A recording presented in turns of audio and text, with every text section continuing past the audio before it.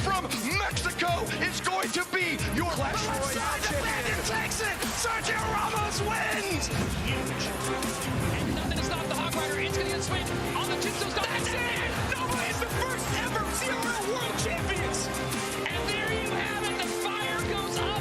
It's a coins this time. 293. What do you think? Nothing to do with it yet. Team Liquid is going to be your CRL champion. Team Liquid is done in surgical go. 117 HP remaining. EQ trying to make room. Team Queso completes the reverse sweep, and they are your 2020 Clash Royale League World Champions.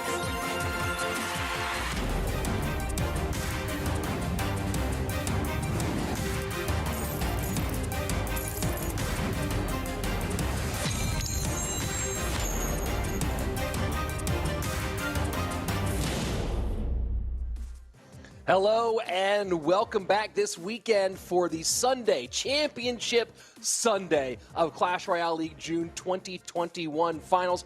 I'm Rich Slayton, joining me as always, my friend Andrew Guy, and of course, a great team of casters with Eric and AC alongside us for a great show today. We have our defending world champion, Reuben, and of course, trying to go back-to-back champion in Reuben for $20,000 2 months in a row. We have 3 Brazilians of 4 still remaining. We have one of Japan's most traded around top free agents in KK, and of course, we have the pride of his home country, Código, the Colombian, here in the mix to try to take home the gold. It's going to be a big one, Andrew, and we kick things off today with an excellent matchup between KK and Lucas. Yeah, what's really exciting is we have great matches of the day coming your way. We get to give away $6,000 in our first couple matches. But before we get into the business, before we get into the action, what are we doing here? Let's talk about it. It's CRL. We're in the dual format. That's right. All 2021 has been the dual format. I love this. I think it's incredibly competitive. There's so much insight to talk about with AC and Eric up in the booth with us. Each player brings 4 decks to the competition consisting of 32 unique cards. Each deck can only be played once per match. And players must win 2 games, of course, to win their match of 3. It's a best of 3 all the way through, of course. Maybe at World Finals, we'll see a bit of a shakeup. Not 100% sure, but as of right now, it is just best of 3s in our lovely dual format. And of course, this format brings us to money, to points, to glory. Money, points, and glory indeed. The money has been distributed a bunch already. $1.6 million on the line for this Clash Royale League 2021 season. And of course, every single month, the grand prize is $20,000. As said before, Reuben took home that $20,000 last month. Maybe he'll do it again. But even more importantly, now that we're getting into the second half of our 2021 campaign, are these leaderboard points. Remember, the top 24 automatically qualify for Clash Royale League World Finals. 25 through 56 go to the play-in finals, so those points become ever more important as we get closer and closer to the end of our year. Yeah, a lot of points and a lot of gold being given away today. And one of those matches, you just mentioned it, it is our marquee matchup of the day, a big one. The only 2 still in our winners bracket. They've got to just work a couple more games to get that $20,000. Whereas we start our tournament in the elimination bracket, a lot of work to still be done down there. So KK or Lucas, who's it going to be? Hashtag KK or hashtag Lucas. Just throw it in the chat right now, English, so we can get those points tabulated, and we'll let you guys know a little bit later in the day who it's going to be on top of that poll. Rich, what happened yesterday? Man, yesterday we had some interesting matchups. Take a look at the bracket and maybe some surprises, a little bit of upsets here. We kicked one off with a big-time upset, seeing Tico take out Viper, the #1 seed. The Frenchman went down to the lower bracket where he lost to Wallace. Surge TS, the other man out. Right now, though, upper bracket, that's the important part. KK and Lucas Gamer both still with an extra life to give. They'll play in the winner's bracket, but down on the bottom half, the elimination bracket. Reuben versus Wallace and Código versus Tico. Those 4 guys playing elimination matches for the remainder of the day. 8 matches out yesterday, 6 sweeps on the day. It was a very fast day of CRL competition. Today, a lot of money going to be given away. We'll see if we get some more sweeps on the docket. And of course, to do that, I would love to cast with you, Rich. I'm pretty sure I'm going to get the opportunity to do that later on today, but I get to switch things up. I didn't get to see him at all yesterday. I'm going to bring in my boy, Joshua Sharon AC, our former pro player. I mean, the only one up here that was actually good enough of the four of us to become a true pro. What's up, AC? How you doing today, brother? I'm doing good, man. Thanks for the introduction. I'm so excited for this match.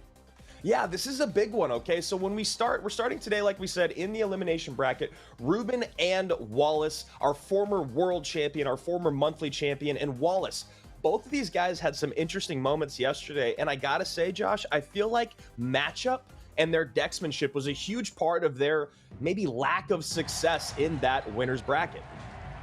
Yeah, absolutely. I think, like, Reuben overall just kind of surprised me. I think Reuben specifically, I just wasn't impressed by his game number 3 against Lucas. I think the early graveyard was just, it's just not something we see from him, and I'd love to see how he bounces back in this set.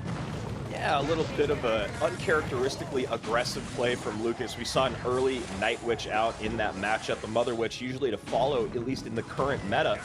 But that was yesterday. Today is the new day. Wallace and Reuben both going to try to forget maybe some of their missteps and start today off with what looks like Graveyard against Mortar Royal Hogs. Yeah, Reuben gonna be using, I want to know who it was that started this. It might have been Codigo. The people are realizing that this Royal Hogs Earthquake Mortar deck is good, and I love seeing how popular it's become in this just 8 people left kind of format right now.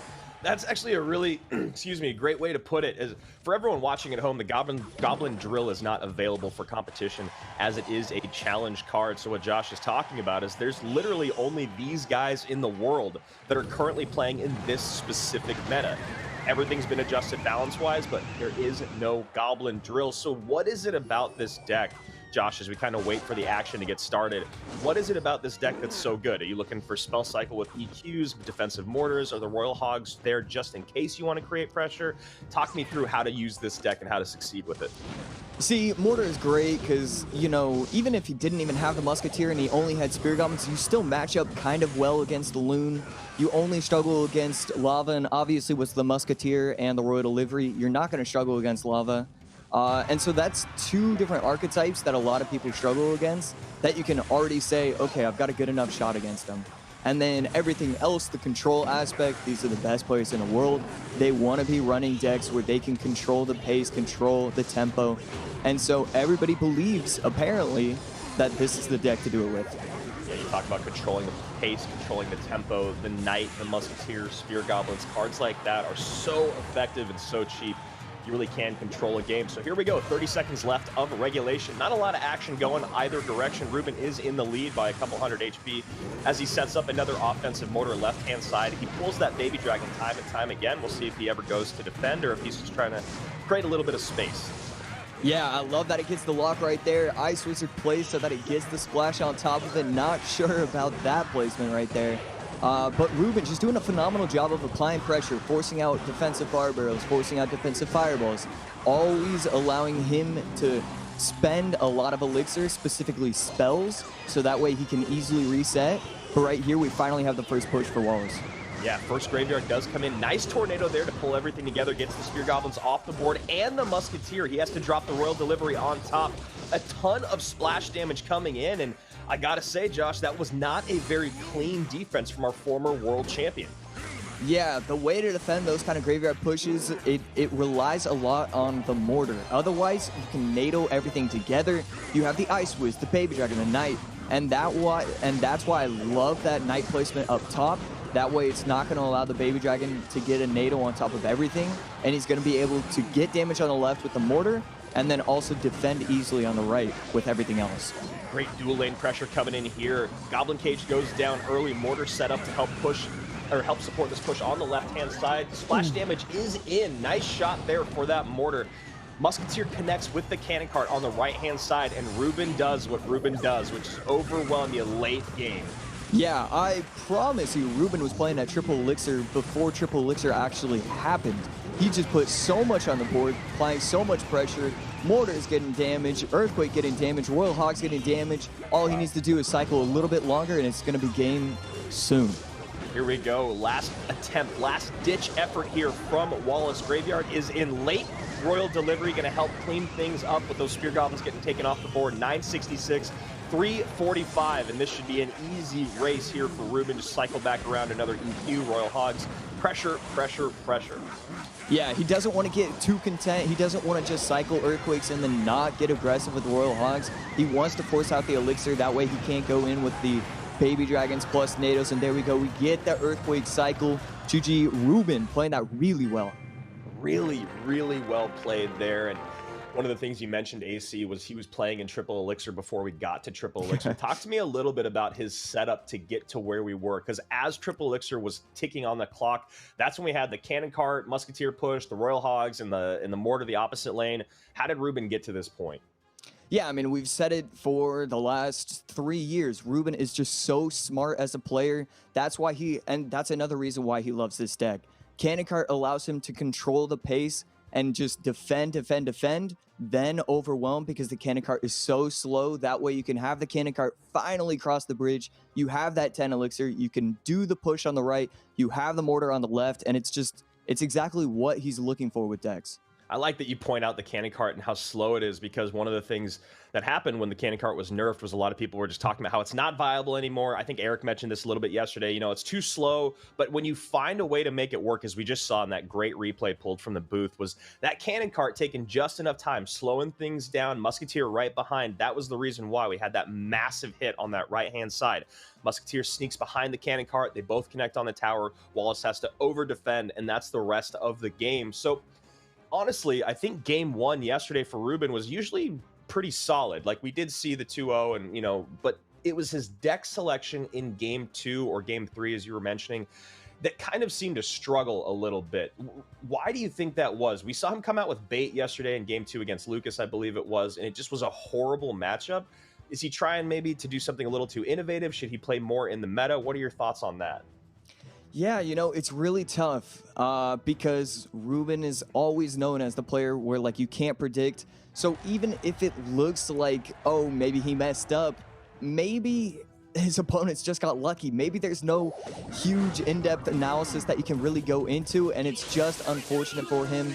I would like to see him maybe fall back on things that he is known for, maybe RG, those kind of decks, because even if he gets the bad matchups with those, he is still going to win a good majority of the time.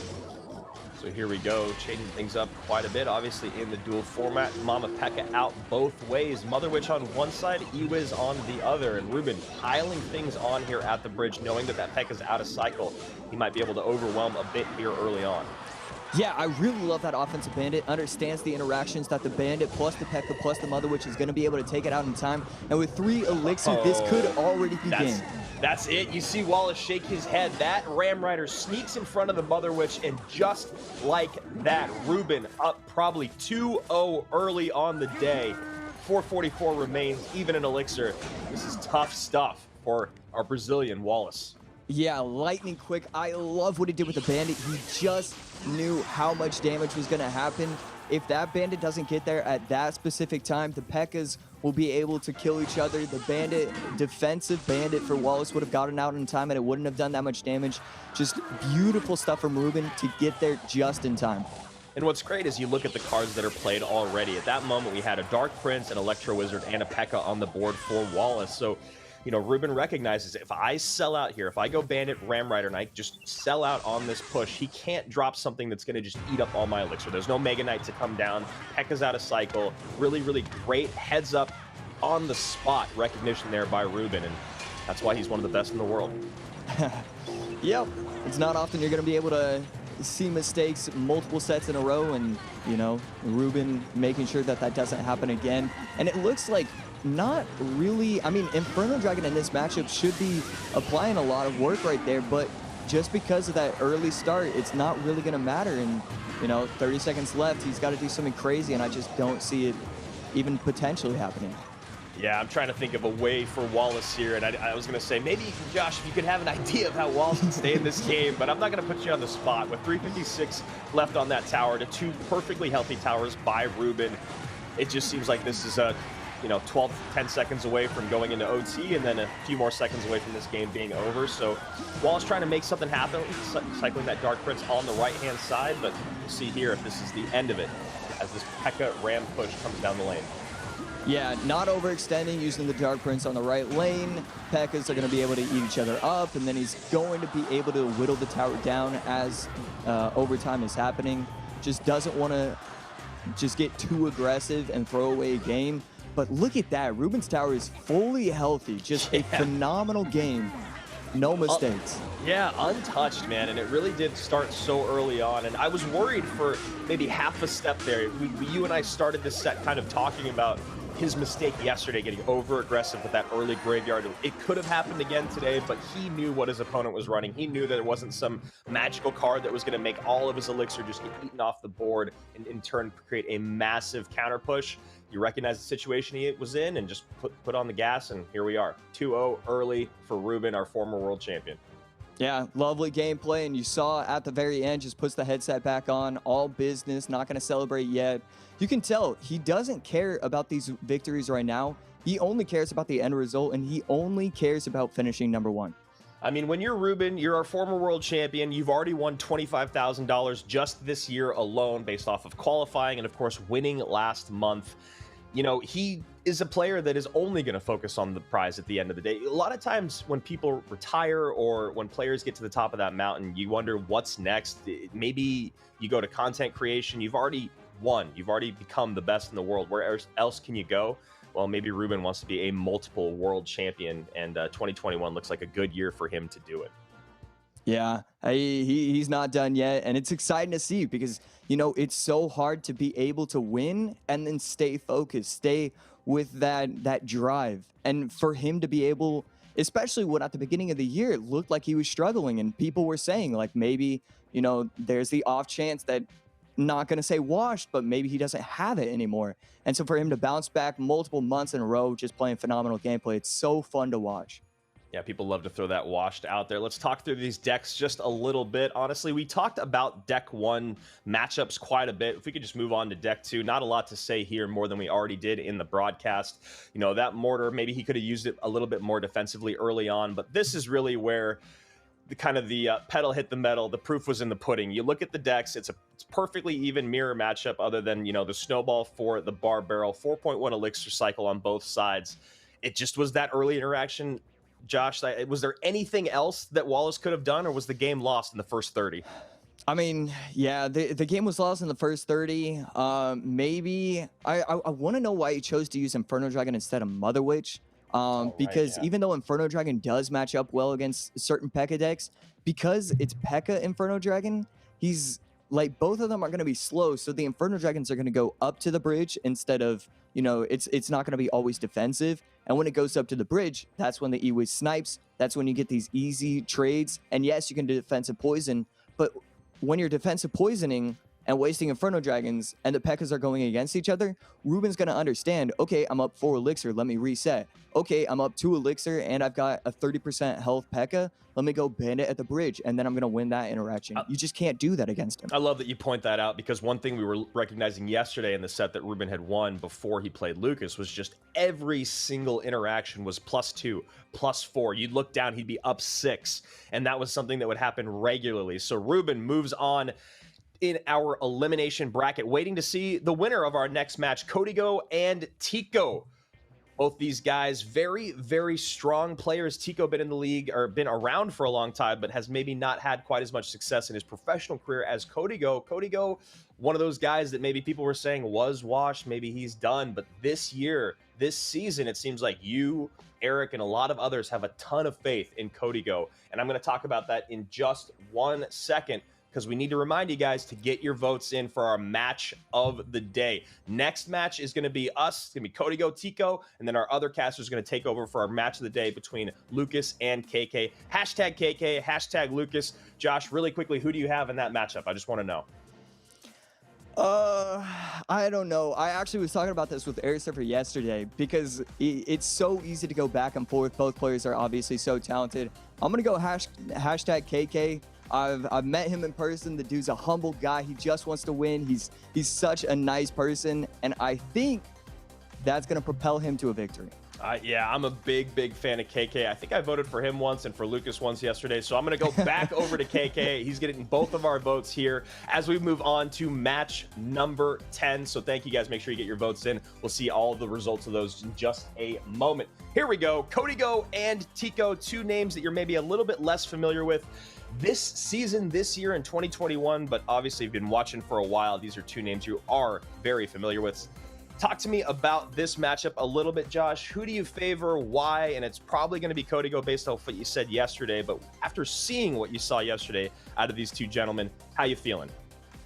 So yeah, obviously impressed with both of these players, and obviously have to go with Codigo. I mean, Codigo, he's just been working so hard. Eric talked about it. I talked about it. Always streaming, always grinding. Yeah. He just wants it so bad.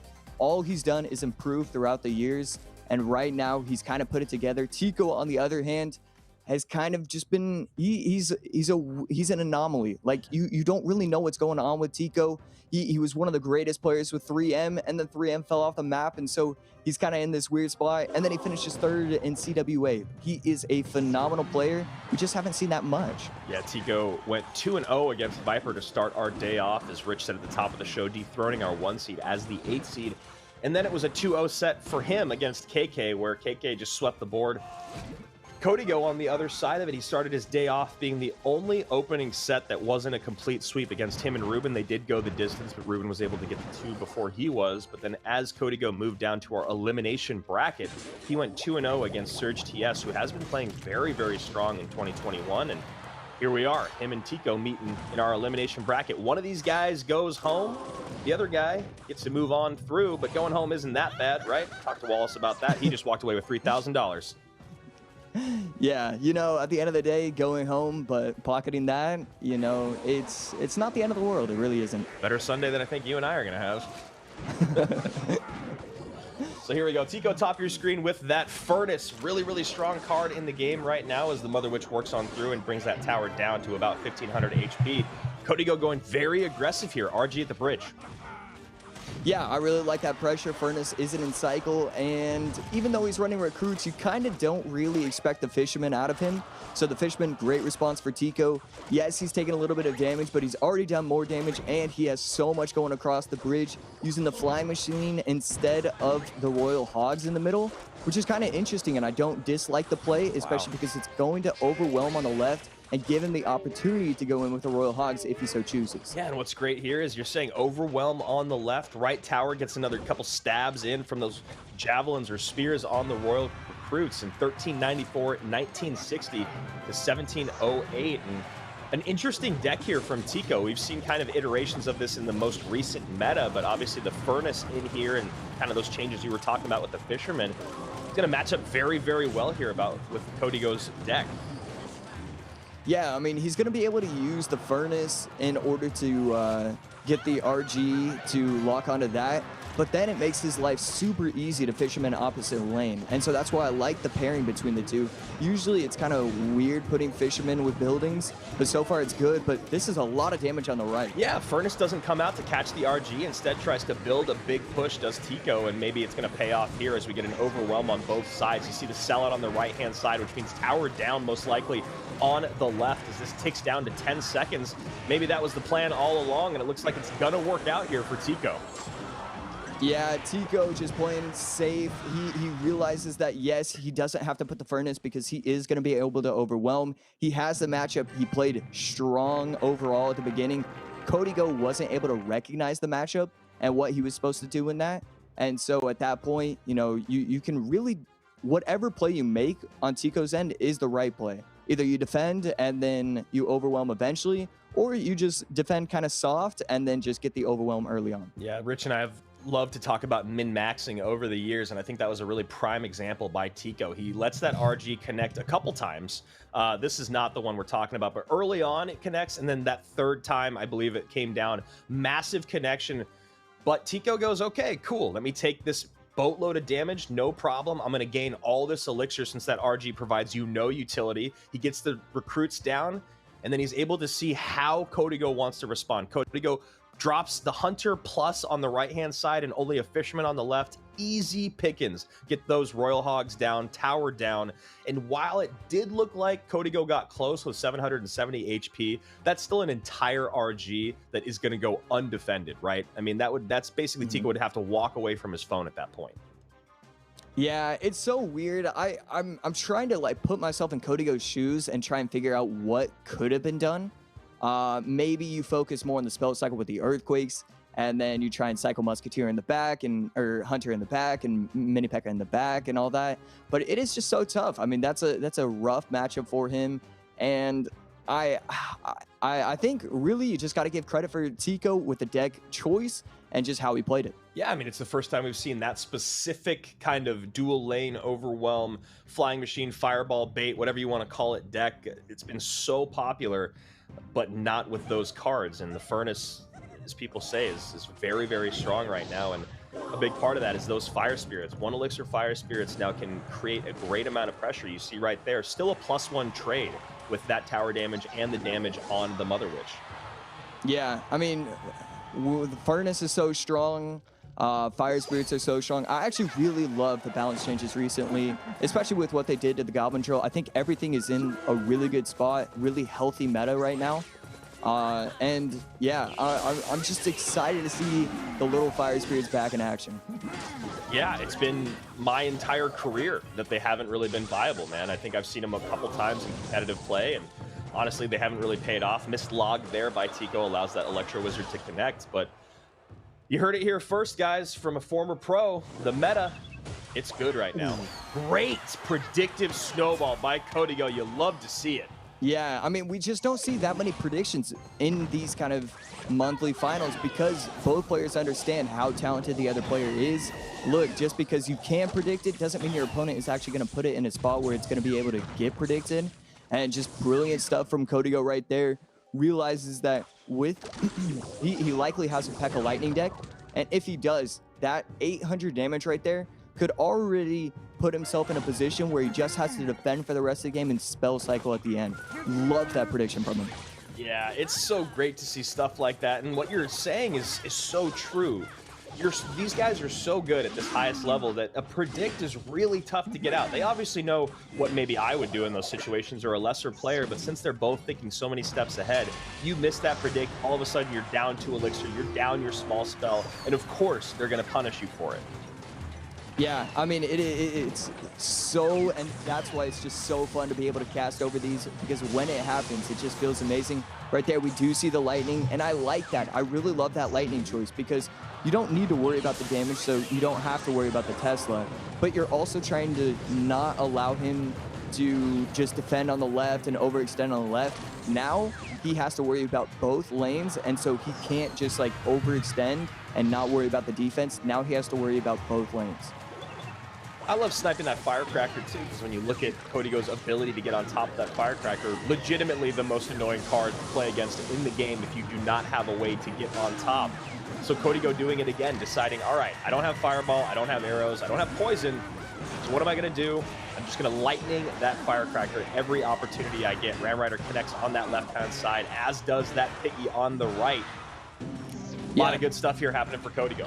Código, like, his pushes are so nice. And then right there was a really neat little interaction where Tico put down, I think it was a Fire Spirit, and then the Mother Witch hit it once, but then also the Ram Rider hit it once. And so that way it popped. The Mother Witch was able to spawn a little pig because of that. And yeah, everything is going Código's way. Just playing it so cautious and just so well. He's not overextending. Right tower fully healthy, and against a Hog Cycle Firecracker deck, having even just one tower fully healthy is actually very impressive. Yeah, the versatility with his defense here is just so impressive. He's going Electro Wizard plus Snowball. He's going Ram Rider. He's going P.E.K.K.A on top of the Hog. He's changing it up every single time so that Tico can't really figure out how to put together these pushes. He's not exactly sure what Código is going to hit him with defensively. And then again, threading the needle with the lightning over and over on that right-hand side, getting the Firecracker off the board or getting a little bit of value with the lightning and more damage on those towers. And you know, now that we see this tower down to 1928, P.E.K.K.A going to give a little bit of damage, or excuse me, Earthquake going to get a little bit of damage there as the P.E.K.K.A comes down. Is that point that you made early on about that hit with the predictive snowball, it really did just change what Código had to do in this game. He was able to sit back and, like you said, AC, just spell cycle basically for the rest of this game. Yeah, I mean, he's using snowballs plus E-Wiz, P.E.K.K.A. And right there we see the offensive snowball to take it out. He just had so many different ways to defend, but he was able to defend just because of that early start. And the Firecracker, even though it's supposed to be this huge problem in this matchup because you only have snowball, you only have lightning, it wasn't really that big of a problem because of that early damage. He was able to cycle lightnings on top of it. He didn't have to worry about the Teslas. He could just focus on that one little card that is such a big problem for so many people. And yeah, just stellar gameplay. You see right there, the Bandit connects with the predictive snowball. Firecracker comes down late, gives Código the elixir advantage, and then the rest of the game was just immaculate defense followed by precise offense. There you go, threading the needle again, getting that second Bandit dash on tower from a perfectly placed and timed lightning. Here we go, P.E.K.K.A. turns around, Hog Rider comes down, E-Wiz is there with the Bandit, still no damage in. No matter what Tico did, Código always had 2-3 responses ready to go, and I love to see it. We are tied here in our second set of the day, Tico and Código. Of course, our next match, our marquee match of the day so far is KK versus Lucas X Gamer. Make sure to get your votes in as we finish this final game between Código and Tico, the Colombian versus the Brazilian. And what a great set this has been. A lot of the conversation in game one was about the deck choice. A lot of the conversation in game two was just about maybe getting outplayed. What do you think as we go into our final game here? Yeah, I mean, it's a crazy game for both players. Obviously, Tico just wants to put himself in a position where it's kind of like a 50-50 matchup. Even though he got outplayed, I know he has a lot of confidence in himself. And so he kind of just wants to set himself up where he can get himself a lot of confidence. And that's going to be huge for him if he wants to continue to compete. Código, I mean, he just doesn't use Fireball. It's frustrating for me because I know Fireball is this broken card, especially in this dual format. And Código, he just remains, it's fun to watch, don't get me wrong, because you just don't know what he's going to run. But it's interesting that he's not willing to use what many people consider the best card in the game. Yeah, here at the highest level, it does feel like an opportunity left on the table to not use the Fireball. We'll see if Código does something a bit different here in game number 3. This is a $3,000 game. The winner moves on through our elimination bracket. The loser gets to step away with $3,000 in their pocket. And you talk about pressure, that's one way to add some. Yeah, $3,000, points on the board. Everybody's so close at this point. And Tico running Sparky, I like that choice from him. He's going to put himself in a position where he doesn't really have to make any crazy plays. He just plays consistent gameplay, and then eventually he's going to overwhelm with a rage, or eventually his opponent is possibly going to beat him, and he's okay with that. He wants to make his life easy and his opponent's life hard. So here we go, Goblin Giant Sparky push. E-Barbs come down instantly to help support this Sparky plus Goblin Giant. Sparky's staying on the board for the moment, but tower locked, plus those Royal Delivery or Royal Recruits on top, and Zappy's behind to slow everything down. Down a couple elixir is Código, but a lot on the board here. Tico gonna have to defend. Yeah, I don't think this is the matchup Tico wants. Rage is probably going to be the last card for Tico. Fireball could be the last card for Código, but we know that's probably not the, it's probably not the case. But this is just a really nice, smart deck choice from him. He understands that his opponent is kind of new to this 2021 season. Even though we're in June, his opponent hasn't made it this far really whatsoever. And so what are you going to do in that third game? You're going to put yourself with these kind of decks that are easy to play, easier to manage games. And when you know your opponent's going to do that, what's the one deck that they're probably going to run? Sparky. And so you use the Recruits, you use the Zappies, you use the E-Spirits. And this is, I just love what he's doing in this. Yeah, that was a beautiful defense there. You saw the sequence of it, that E-Spirit coming down to kind of reset everything. And that Sparky, while it does get close, Zappy's still on the board. E-Spirit comes out, resets the Sparky. Bar Barrel comes down, get a little bit of damage in on everything.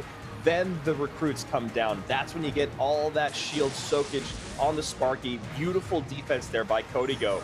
But you have to do it over and over and over, and that's the hardest thing about playing against Goblin Giant Sparky. Yeah, I mean, it's... Oh, and there we go. It's just... with 3 seconds left, double elixir is where things can change. It's definitely not game over just yet, although we do see the flying machine lock, and so that's going to be heavy damage, almost getting it to poison range, and it's going to be in poison range. Just needs to cycle that on tower. Kodigo, I was so impressed by this set from him. That was a last opportunity for Tico to stay in the competition. He just needed to catch that flying machine. Maybe he could have made something happen with that Sparky. And you see Kodigo knowing that was a big time win for him. Vamos, he says. I could do a little bit of lip reading if it's in a different language. That was a phenomenal set for Kodigo, the guy that you had as your dark horse pick coming into this entire competition. He was the guy that you said at the top of the show yesterday. How you feeling now about your boy? Yeah, I mean, the one thing I've always struggled when, the one thing that I felt like he's always struggled with is deck choice, because yes, he has decks in his repertoire where he knows that he's just trying to make things a little off-putting for his opponents, but sometimes he doesn't choose the right decks. Even if he puts them in weird spots, he doesn't choose the right decks. Right here, he chose the right deck, and it paid off. There you see that poison coming in at the very end after the flying machine connects.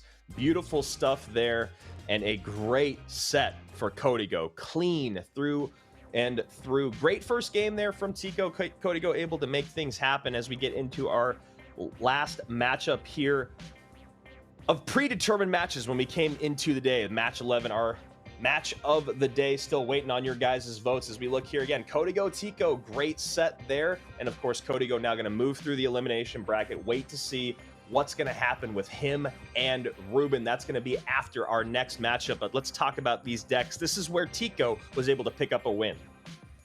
Yeah, Tico loved the deck choice in game number 1, using the poison, using the furnace. And Tico just loved those fire spirits overall. And then Kodigo, look, I was just talking about it. He loves using decks that no one else is willing to use. But in game number 1, we saw why no one else was able to or was willing to use that, because it just didn't seem like that strong of a deck. Yeah, it didn't really work out. And as we look on the second decks here from both of these players, we'll see where things started to swing in favor of Kodigo. You know, it was this P.E.K.K.A. Ram Rider deck, very, very popular right now. He has the lightning in there, but he was able to make it work on top of that firecracker. Yeah, getting the predictive snowball, using E-Wiz plus snowball in defense against Hogs, using E-Wiz plus bandit, using P.E.K.K.A. There were so many different opportunities for him to defend smartly, and because of that early damage, Tico didn't really feel comfortable with cycling Earthquakes, knowing that he was already down 800. I mean, just beautiful gameplay. That prediction set the tone for the rest of the set. I loved what I saw from him in game number 2. And then here you go, deck number 3, what you just saw on the screen. Goblin Giant Sparky, of course, the rage in there with the E-Barbs. Kodigo knew exactly what he was facing. He knew exactly how to match up against it. Great damage early on, great pressure, and of course, that sellout push as we got into double elixir with the flying machine and the Royal Hogs. Tico just a second late on that pickup. Rough stuff there. Let's take a look at our bracket, because Kodigo is going to end his day, or maybe move on through the same way he started this entire tournament, which is up against Reuben. Team Quesos, Reuben, and Kodigo will be the next match in our elimination bracket. Going to be a very, very exciting matchup there. We'll see what Kodigo and Reuben have both learned from their journey so far down here in the elimination bracket, but we've talked about it a lot. That's the next matchup there at the top. KK versus Lucas X Gamer, and as much as I'm sure you and I would love to cast this match, maybe we can go make some popcorn, get a little bit of coffee. We can just sit back and watch, because we have our two other casters, Eric Benemu and Rich Slayton, taking over for me and Josh. You and I will be back a little bit later in the show, AC, but for now, let's send it over to our boys. Hey. You know, guys, great job casting their matches. You guys were phenomenal. But yes, I'm sorry that you don't get the joy that Eric and I have of taking over for this one. You know, talking about two longtime top-tier players, you have one of the all-time greats at 2.6 Hog Cycle in Lucas, and then you have a guy who has been a key fundamental part of top-tier pro play in not just Japan, but in the East in KK. Eric, this is a top-tier, top 10 matchup. This is without a doubt one of those matchups that you look forward to all month long, and I'm so excited to be casting it. I got lucky yesterday and I got to cast winners bracket, and again here we are. The only difference is that yesterday I thought Lucas was going to lose. I'm not going that way today, and when you look at the win rates and the leaderboard points, these are the top players without a doubt. Both these guys way up there, and of course very, very skilled, but again, it comes down to having to make a prediction. You can only pick one. And so Eric, are we saying on record right now you're picking Lucas for this one? I am. I said Lucas would win this bracket to him on Twitter, and then yesterday I said, you know what, yeah, I told you that, but I don't really go against Reuben. Today he's not playing Reuben. I'm going with Lucas, and he's gonna 2-0 this one. Wow, a 2-0 call. You know, I picked against KK yesterday, and it punished me. But I think that one of the hardest things for Lucas coming into CRL has been adapting his mentality to this level, and it seems like he has dialed all the way in. So I'm going to pick Lucas as well. So I'm very curious to see what everyone else is picking in our polls online. We'll get that information for you guys fairly soon. But right now, you have two casters, both picking the Brazilian Lucas. How does he get it done, Eric? He needs to stick to his game here. Yesterday at the last match that he played, he went a little out of comfort zone. I would like to see him go back into it. He's playing another type of player that's a cycle player. Show your dominance. Don't be scared. Play with the confidence that you know you have, and I would not mind him really bringing out that RG, but I don't want to see a game 3. If you want to use that RG, you want to use a game 1 or 2, because if it is left, all those cards are still on the table. It's pretty obvious to KK, so bring it out. You are one of the best with it, but game 1 or game 2. So for a second there, you saw me checking out the numbers. I thought that 60% of you chose Lucas and 40% of you chose Lucas. Turns out it's 60-40 picking Lucas over KK. So there we go. That's the vote. You guys agree on balance. But of course, this is one of those ones where could Lucas 2-0 it? Could Lucas win this? Absolutely. But you cannot take that one to the bank here, Eric. And you talk about someone in KK who spent so much time with game with and was just razor close to moving to World Finals multiple times with game with, and then finally moved into that Pono squad, that overpowered Pono squad in 2020. People shouldn't keep it out of their mind that KK is one of the world-class players in this event. Yeah, KK seems to be one of those players that always deserved a World Finals title, or at least a World Finals shot, right? That finals game. He's always been at the top, and he's also very versatile. We see him play a lot of bait generally, but yesterday he showed up with Golem, and he played it perfectly. So he's getting more and more versatile as his career has gone on. He went from that rookie version of just bait and cycle decks to being really, I don't know if it was working with possibly the top players in Mugi that really helped him out, but you see a really complete player out of him now. When you talk about that, the idea of iron sharpens iron on the side of KK, you mentioned Mugi, his teammate over at Ponos. I mean, that was an absolutely stacked team all the way around, of course. It wasn't just Mugi over there. KK's with Rad and with Reiki Jones, longtime veteran, 10 God, Yakitori. Really great squad over there. On the other side of things, you have Lucas, whose training partner is one of the top players in the world, one of the best ladder players of all time, and currently on our leaderboard, number 2 in Samuel Basota.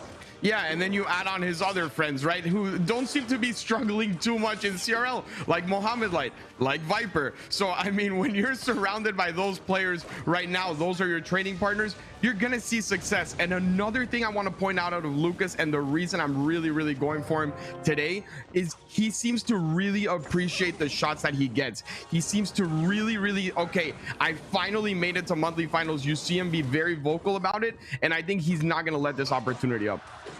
Well, we'll see how it goes here as we are 2 minutes into the first game, and no real damage either direction, although has to be careful here with this Bandit Ram Rider combination. Yeah. The Bandit goes to the Fish Boy. Beautiful combination for Lucas, and just like that, he takes a huge lead as we go into double elixir. Yeah, it seemed like he got a little bit too comfortable with his fisherman placement. You are still playing against KK. He's not gonna just throw a Ram Rider down there and let it happen. You need to be a little bit more precise when you are defending against players like this, and that Inferno Dragon is gonna be really tough. The only reason he would have is a Fireball here or a Lightning. He decides to play with Lightning, and this is a really nice push. Fireball does not take KK's Mother Witch off the board, and so now it is KK's turn from Fav Gaming to put a huge amount of damage in. 1342 top left-hand side for Lucas's tower, 771 on the bottom right-hand side, and now KK resets up with an aggressive Royal Giant. Yeah, and the Inferno Dragon here is just really, really strong, comboed with that Ram Rider. It not only slows it down, but on top of it, it doesn't get fully taken off with the lightning. So as long as you can just keep it far enough from your tower, it is a really, really smart play. And sorry, earlier, I messed the names up. I went Lucas. I was talking about Lucas, and I said KK, but I'm back. I'm back on track.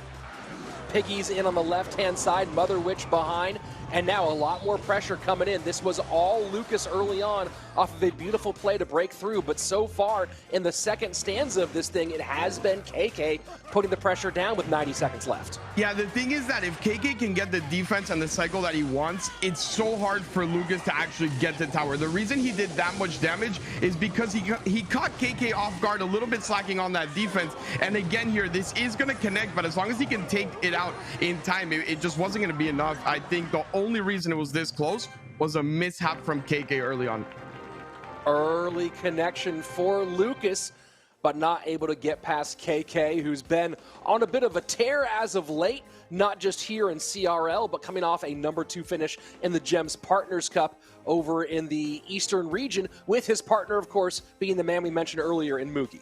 Yeah, and I really like the deck choice overall. Like I said, I do like RG here, and he didn't use Fireball either, which is very, very important because the only player that seems to not like it, as Josh pointed out earlier, is Código. Everyone else seems to understand that it's probably the best spell in the game, and you won a game without having to actually use it.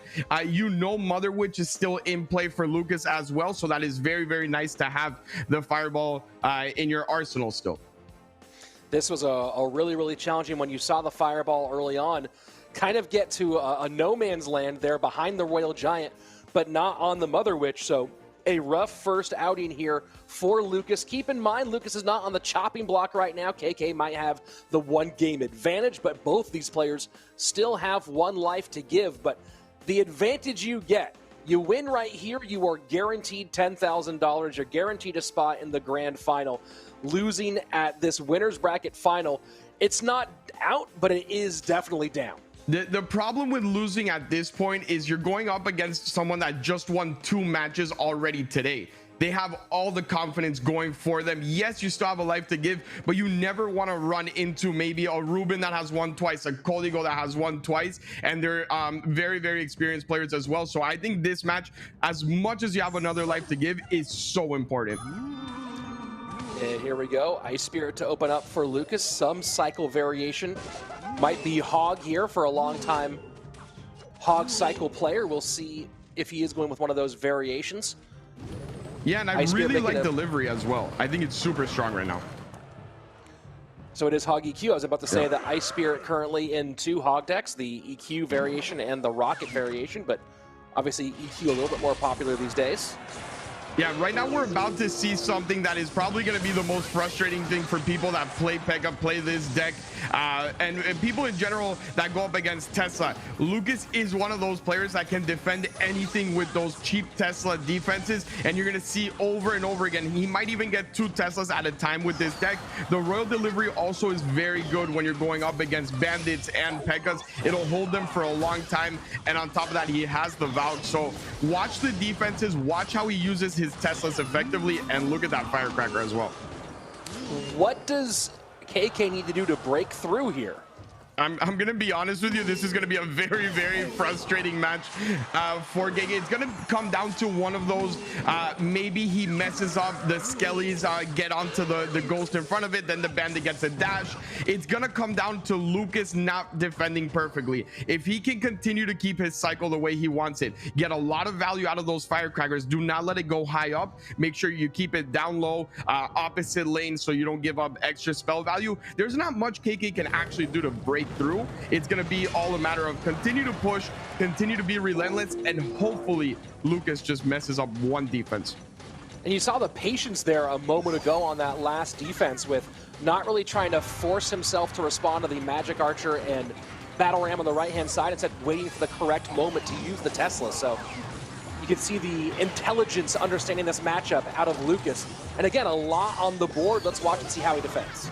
Yeah, this is those defenses that could get a little tricky, but that Ice Spirit, again, it's just the way Lucas defends with these quick cycles. He has Tesla again if he wants it, and there it is. That's what I was talking about. You're going to see him get Teslas down over and over again. He does not mind going these Skellies and that Ice Spirit. That Ice Spirit that you saw earlier on, it wasn't really necessary, right? He was going to defend either way, but it got him back to the Tesla, and he was ready for another defense.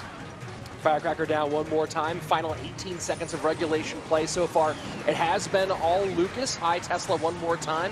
He'll keep that Mama P.E.K.K.A on ice skates as long as he can here with these cycle cards. And as we go into sudden death overtime, the lead now going to be a whole lot more. No connection. Good placement there with the P.E.K.K.A, but it's 11:30 to 20:55. Yeah, and all that KK can do right now is continue to pressure, but like I said again, there you go, double Tesla. It was going to happen at some point in this game, and I really like these Hogs because they're not only offensive, but they're also doing work defensively. That Ghost being distracted by Skelly's played perfectly, and Lucas is just doing what he has to do. Nothing extraordinary here, no insane plays, but it's just very frustrating matchup. Lucas has nearly turned that into a King Tower activation twice, hasn't quite gotten the connection, and here we go. This might be an opportunity a little bit for Lucas. Magic Archer will connect, and now Lucas cycles the Earthquake. It's going to be a very healthy P.E.K.K.A, and you see the attempt to predict hole in the middle there with the Royal Ghost. Magic Archer behind, Poison now in the Firecracker. This is one of the more dangerous moments for Lucas. Yeah, I would like to see him switch up the Firecracker to go to the other lane. He's giving up way too much poison value on a lane that's already pretty heavily damaged, more damage than I expected it to be, if we're being honest here. But he does have another Tesla, and here's going to be another poison play out of him, most likely. Nice Hog again, and that Magic Archer got a hit, so it was in zap range, even better. Hog does connect. Yeah. I thought that Hog was not going to connect here, and that's absolutely wild. Yeah, I was with you there. I was Team Rich predicts that the Hog doesn't hit for sure, because that is just very, very unfortunate for KK, on top of already having a very difficult matchup and doing a lot better than most of us would. He really fought till the end. He got some good damage and forced some spell value, but Lucas, very smart deck pick. Very, very smart deck pick, and very controlled, very measured, didn't panic. And you'll see, you know, a lot of people might be at home going, hey, like that's, you know, if you're a newer player, a mid-ladder player, you look at that variation of P.E.K.K.A bridge spam. P.E.K.K.A is so frightening. You have the idea of P.E.K.K.A countering Hog. Talk a little bit about what Lucas did right about how he played this matchup to get the win. It's all about value here, and the best cycle players is what they strive for. Those Skellies are 1 elixir, but they should be getting 2 to 3 elixir value worth every single time. And the most important part is you never saw Lucas out of cycle. There is not one time a battle ram came down and the Tesla wasn't in cycle. There is not one time the Bandit and the P.E.K.K.A were coming together and the Royal Delivery wasn't in cycle. It is so important, even though you are full on elixir, not to go overextend, not to try to make something happen. You saw Lucas reach that 10 elixir mark 2 or 3 times, and instead of going Hog, instead of going Valk or any of that, he would just Earthquake the tower. And that's a big question I wanted to ask you about, is Earthquaking that tower. What is it he was doing in this game that allowed him, you know, you talked about the positive elixir trades with the small cycle cards. When is the right call in those moments to put that Earthquake on tower? Anytime there's any troop there and you're 10 elixir, and for example, the majority of the time that he did it, it was a P.E.K.K.A, right? The P.E.K.K.A is not going to take a lot of damage there, but you're okay with it because of how ahead you are. So once you get that tower low enough, you don't want to do it when that tower is at 2000 HP. He got it down to 1000, and then he knows that if he can work out 3 or 4 of those, maybe get a Hog hit like he did, a little bit lucky on that Hog hit, the game would be over. So you have to just get a little bit of damage in there, take at least half the tower, and then it's time to cycle. There we go. Game number 3 now on its way. So far, Lightning, Log, Zap, and Poison are the spells played by KK, so maybe expect a Fireball. Fireball, reminder on this one, Lucas played it in game number 1. Still has Poison, Lightning, and Rocket available as major big spells, not to mention arrows.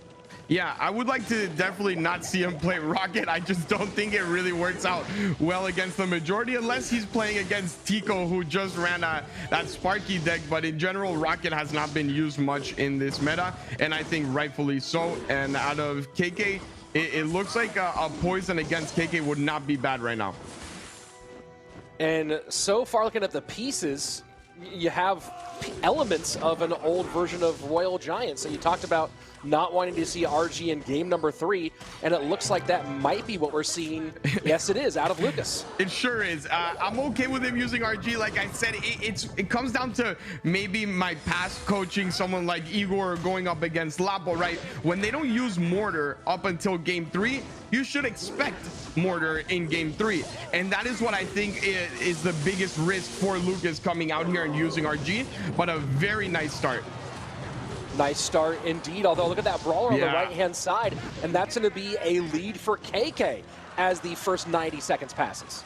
Just as I say that, that brawler actually ends up connecting. He's a little bit late on that fisherman as well, but he needs to be very patient. This is a lightning furnace RG deck. I love to see this because I think it's been, what, 3 years since we see a variation like this, but you need to play very slow. I like the RG in the back. Continue to do that.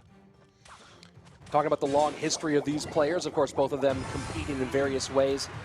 Back into 2018, Lucas with his best ladder finishes that year, getting first, third, and fourth on ladder, all in the 2018 run. KK going all the way back there as well with some pretty solid finishes, and of course his CRL history. Yeah, absolutely. And I think that really the bracket at this point is just filled with experience. Everyone that's left has been around for so long, and I really like the gameplay. Even though he's down right now, Lucas seems to be gaining control of the match. It's one of those moments where you say, okay, I'm down, but I'm okay.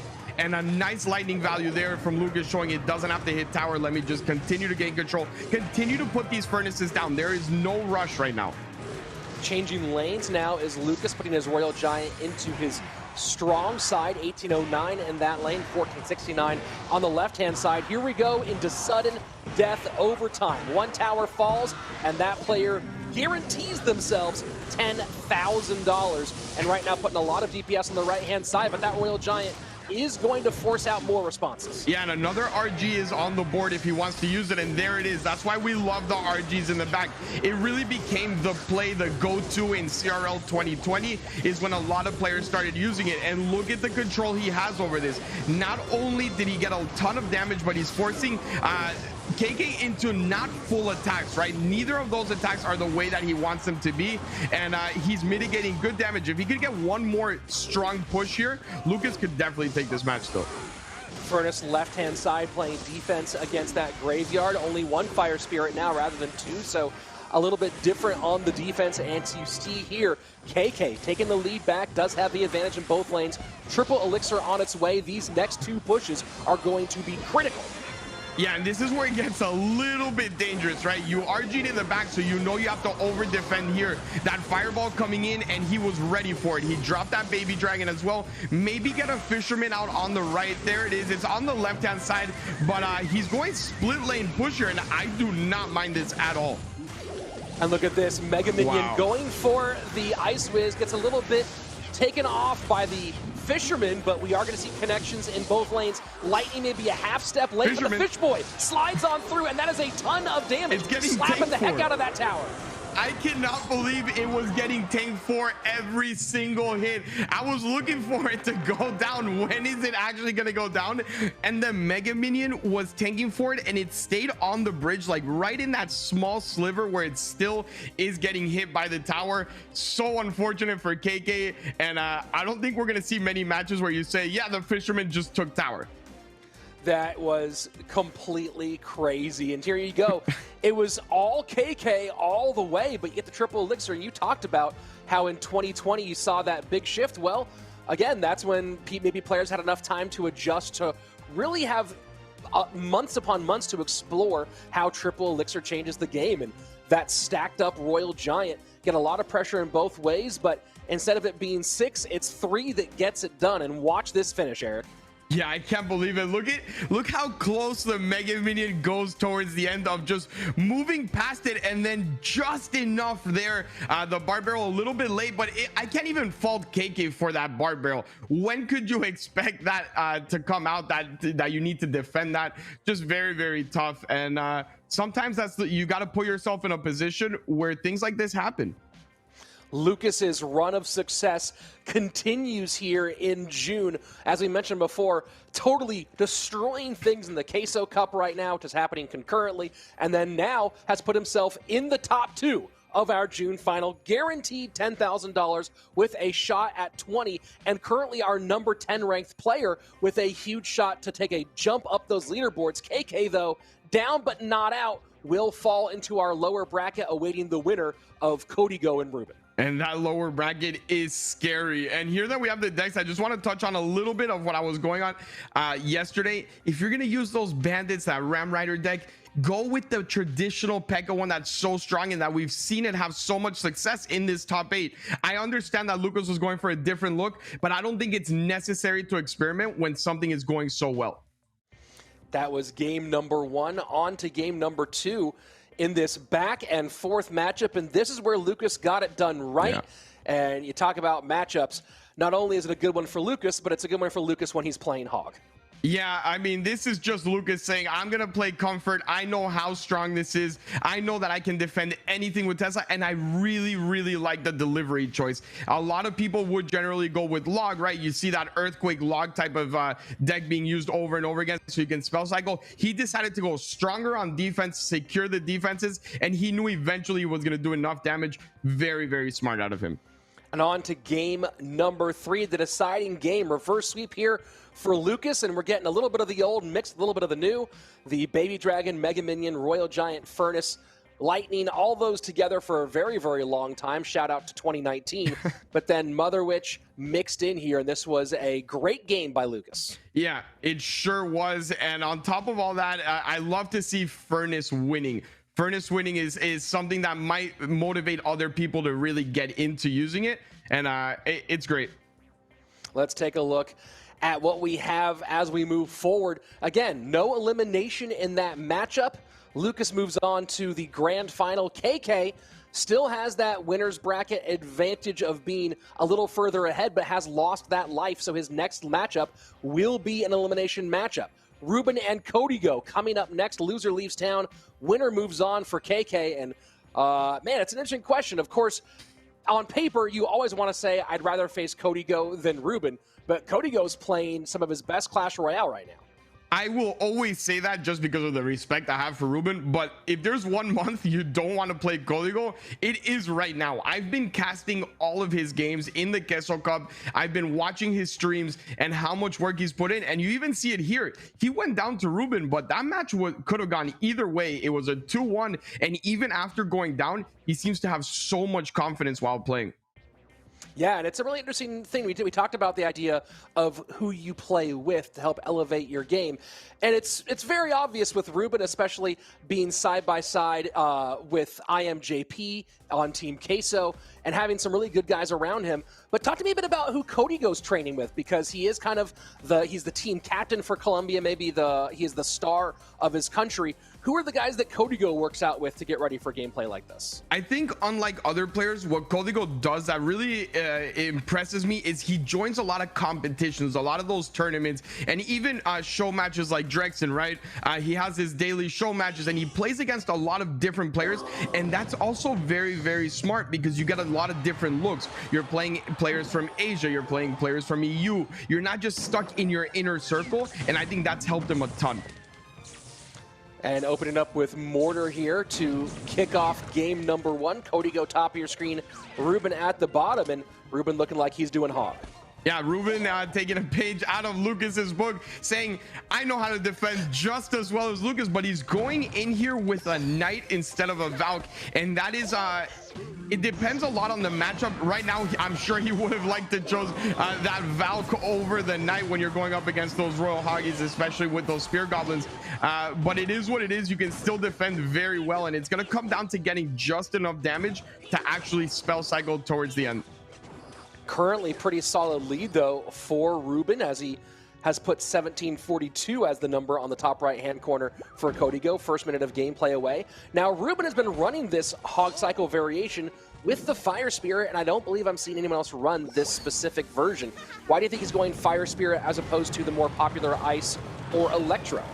Maybe it's just a sense of him feeling a little bit better when you're going up against something like bait. It gives you more versatility, as well as on the pushes. I'm not sure if it was a specific thing he was looking for out of Código. I still really like the other choices a little bit better, but I would love to see him win here with Fire Spirit, just so that way I can say I'm not the only person that lost 2 Fire Spirits in CRL when Royal beat us with that weird Fire Spirit Golem deck. Yeah, that is one of the top Golem moments, maybe the top Golem moment in Clash Royale history. If you guys don't know what he's talking about, 2018 CRL first season, Cloud9 up against Immortals, and Royal goes with a Golem to open things up, baits out the Royal Hogs, and then destroys them with Fire Spirits on defense in the opposite lane. And it was one of the craziest moments we've seen. And that was one of the earliest Golem first play moments I can remember in competitive Clash Royale. Yeah, it definitely was, and that was also the first moment I questioned my coaching analysis and career. But he ended up telling me that it was just, he had a feeling. So you know what, it is what it is, and we move on. Here we go, final 30 seconds of regulation gameplay. Speaking of moving on, Reuben definitely making his case to move on to the next round. EQ in, this is going to be probably 1 hog hit. No, it does go down in time, King Tower activation, but who cares about a King Tower activation at this stage in the game? 477 left. It's going to take 1, maybe 2 more solid defenses from Reuben, and he should have game number 1 sewn up. Yeah, and that is where that Fire Spirit comes in. You saw the difference maker there. The only thing is that this Firecracker will not actually defend against that cannon card, and good thing he got that Knight just in time. And like you said, it is all about holding on here. I do like the fact that he is running with the Hog still and not just going Earthquake, because it's forcing out extra defenses, which will make his own defense a little bit easier. Oh, wow. Yeah, the Hog does get 1 little hit. You see Cody go going with the Adrian Piedra hands there, a little bit of a frustration tick at that moment, knows that maybe that one slipped away from him. Very nicely played by Reuben, and it does seem that the Fire Spirits, you know, you talked about maybe wanting that Valk in the matchup against Royal Hogs. Well, it seems that the Fire Spirits were able to make up a lot of that difference. It definitely did, and that is maybe why he chose the Fire Spirit. Maybe he expected this deck out of him. I'm not 100% sure if it was a specific for this deck, or if he just said maybe he runs recruits, maybe he runs these hoggies, and a very smart deck choice from him. I do like the change, because it seems like if he would have had the traditional Ice Spirit, he would have actually really struggled here with a lot of extra chip damage. I just noticed that I'm saying Fire Spirits still. I haven't switched my brain over after years of them being 2. Now there's 1, but very nicely played. And you mentioned one thing here, the hog pressure, not going to Earthquake cycle this early. Talk to me a little bit about why that's important.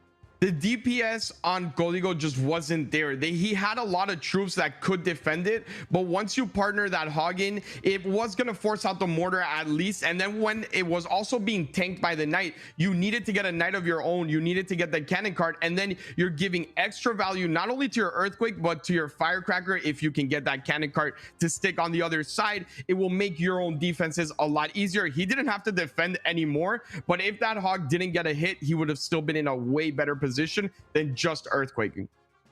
And so we talk about those decks in game number 1, the Hog EQ cycle out of Reuben. On the other side of it, Mortar Cannon Cart for Código. One thing we didn't see on either side there was the Fireball. Do you make the call here that game number 2 is where you expect to see Mother Witch? I would, but at the end of the day, they always tend to surprise us. These are 2 players that never play the traditional decks. Like, well, you wanted it. There it is. There is the Mother Witch. Reuben always makes weird deck choices that end up working out for him. It's like he practices switching up 1 or 2 cards in meta decks, and they tend to work. That's why I didn't really want to say he was going to use it, and that is an example there. Goblins. Goblins, not common, and this is an interesting, fairly fast cycle variation, so this gets really compelling, right? Because you have both goblins and bats, which are absolute witch fodder, Mother Witch fodder, but on the other side of it, you have the ability to counter there with the Fireball. Yeah, and he has to just be careful. It's not really going to be the bats on the bridge that are going to cause a lot of problems when the Mother Witch gets on them. It's when Código has a push of his own, and then the bats are going down as a last-minute defense, and then he gets the Mother Witch down as well. That is when it could get really tricky for him. Holds on here, does Reuben with that defense, and as we go past the midway point of regulation time, it's going to be a slight lead here for Código as the Spaniard has not yet touched tower in his opponent's lanes. And you know Josh is sitting back smiling right now, seeing a fireball out of Código. He's been asking for it all weekend long, and you got it, Josh. He made it happen for you. And nice RG on the bridge here, identifying that bandit in the back, and on top of that, knowing that the Ram Rider was not in cycle to slow it down either. A lot of pigs going the opposite way. Musketeer will come down in response. Bandit gonna have to be dealt with right here. And now down to 0 goes Reuben. So you see the Ram Rider on the opposite lane immediately followed with the Barb Barrel.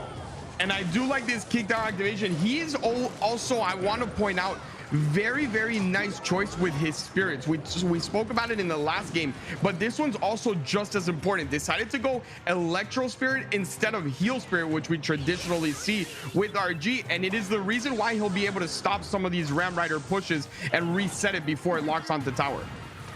Protecting the Musketeer there with the Stab Goblins.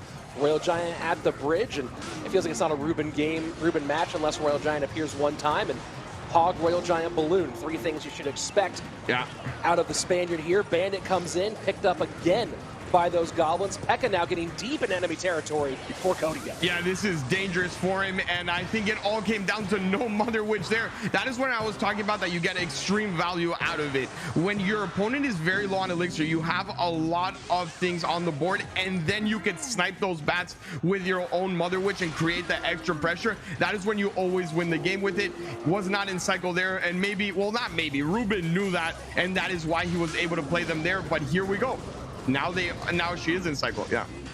Reuben with the single lane damage advantage. Not anymore. It's the dual lane pressure, and this is becoming really, really dangerous here. Ram Rider all the way in, Fireball in as well, and that is going to be not quite it, but the good game out from Reuben anyway. I like that Reuben didn't give up on it. You know what?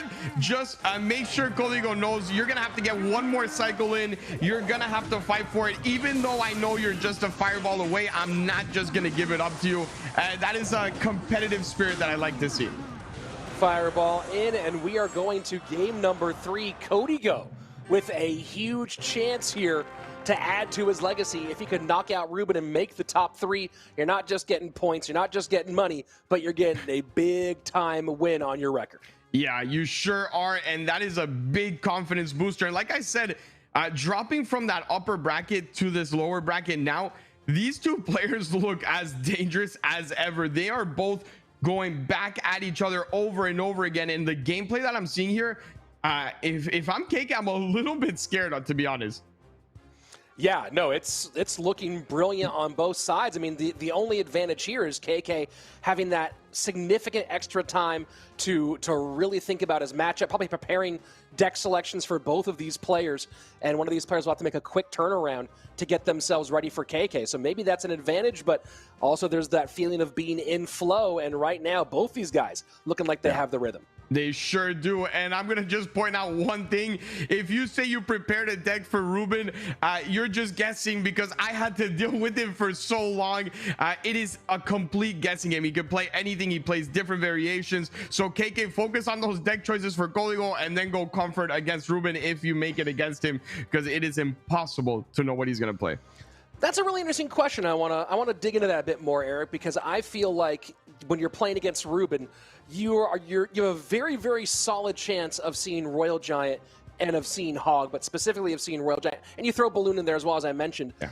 Why is it so hard to game plan against him, even though you have certain win conditions you feel like you're going to see at least one of those 3 games? Because he doesn't run the Royal Giant you're prepared for, right? We've seen it in the past. He'll come out with a Barb Hut, Healer, Royal Giant, and yeah, your plan was for the RG, but it completely goes out the window when all these other cards come into play. This past game, even though Código won it, there was no way you could have predicted that that was going to be the type of RG that he's going to play. He makes these micro adjustments, these 2 to 3 card changes in meta decks that completely shift the matchup one way or the other. In the previous one, it worked out for Código, but it is really, really hard to game plan for him. Talk about shifting the matchup here. Both players playing Fireball in game number 2, and so both players immediately going to decks that love not having a Fireball across the board from them. Mother Witch for Reuben, and Código going with a variation of Fireball bait here. Yeah, and this could be an E-Giant deck on the bottom as well coming out of Reuben, and it's done very, very well for him in the past. For most of the competitors in CRL, I'm surprised we haven't seen it more often just because of the success that it has had in the past. It's not used as much as other decks such as like Cycle decks, the Hog decks, maybe even Pega decks, but it does have a very strong win rate, at least from my memory. I feel like we've seen a lot of success of Tesla cycle defenses against Electro Giant, and that might have been part of why people have been shying away from it in the last couple of matches, but we'll see what Reuben does here. Kodigo with a very interesting deck. Keep in mind, Royal Hogs already played, so this is not a Royal Hogs Fireball bait deck. Minor Night Witch with 2 Fireball bait cards. Yeah, this is definitely not the average deck here, but I really like his understanding. Okay, Flying Machine should come down all the time. It is very strong whenever there is no Fireball, and the Zappies are such a good play. What air troops does Reuben still have in play? He has the Inferno Dragon. I am going to run a deck with Zappies. He was very, very smart in the deck choice, but he's still struggling here a little bit. A lot of pressure on that left-hand side. Kodigo does have the lead crosswise, 1678 on that bottom left-hand tower, but now has to contend with an Electro Giant and just decides to full send in the opposite lane. Bomber Cage in response, and that push is getting shut all the way down. Yeah, it sure is, and I was just about to say, yeah, he has a little bit coming down the left-hand lane, but it's a lot scarier when you have an E-Giant than when you have a Miner crossing the bridge, and that Mega Knight gets evaporated, and that should be game. Lot coming down the right-hand side. NATO pulls everything into the Dark Prince. Piggy's all over the tower. Kodigo has made a great run, but came up against one of the all-time greats here in that shot for number 3, Reuben. Moving on, and what a top 3 we're going to have. Reuben versus KK, and then one of those 2 against Lucas. This is a brilliant monthly top 3.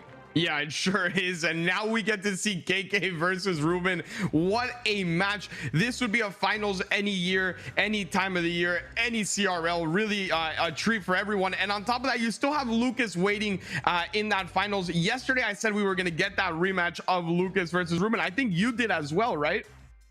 Yeah, I thought we'd see Lucas and Reuben, and my prediction, and this is going to be an interesting one, was that we would see not 1, not 2, but 3 matches played today between Lucas and KK. So that's what I'm still going to go with here.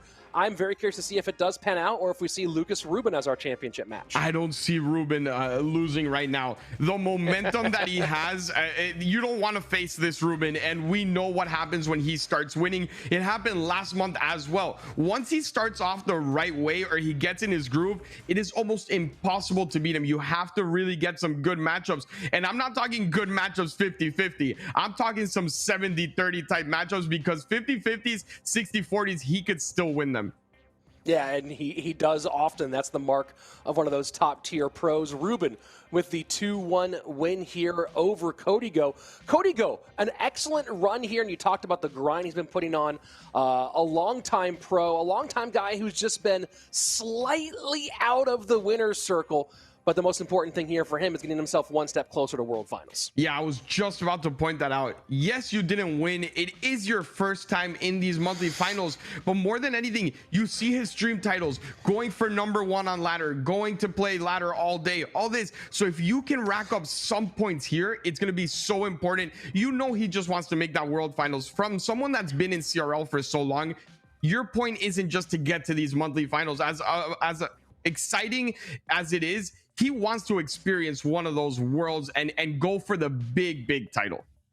Game number 1 here. Reuben's second time running this deck this weekend. The Hog Cycle with Fire Spirits ended up being great, and that big key, the Fire Spirits, kind of saving his grace against those Royal Hogs. On to game number 2, and this is where it got really exciting. Kodigo able to even things up in game 2.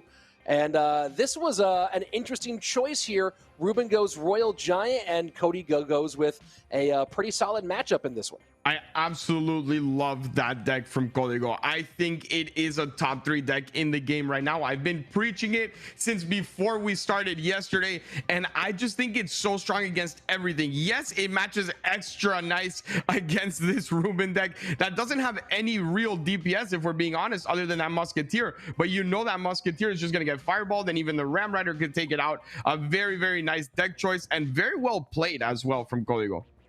On to game number 3, the deciding factor in these two. And the Electro Giant variation, lots of splash damage here.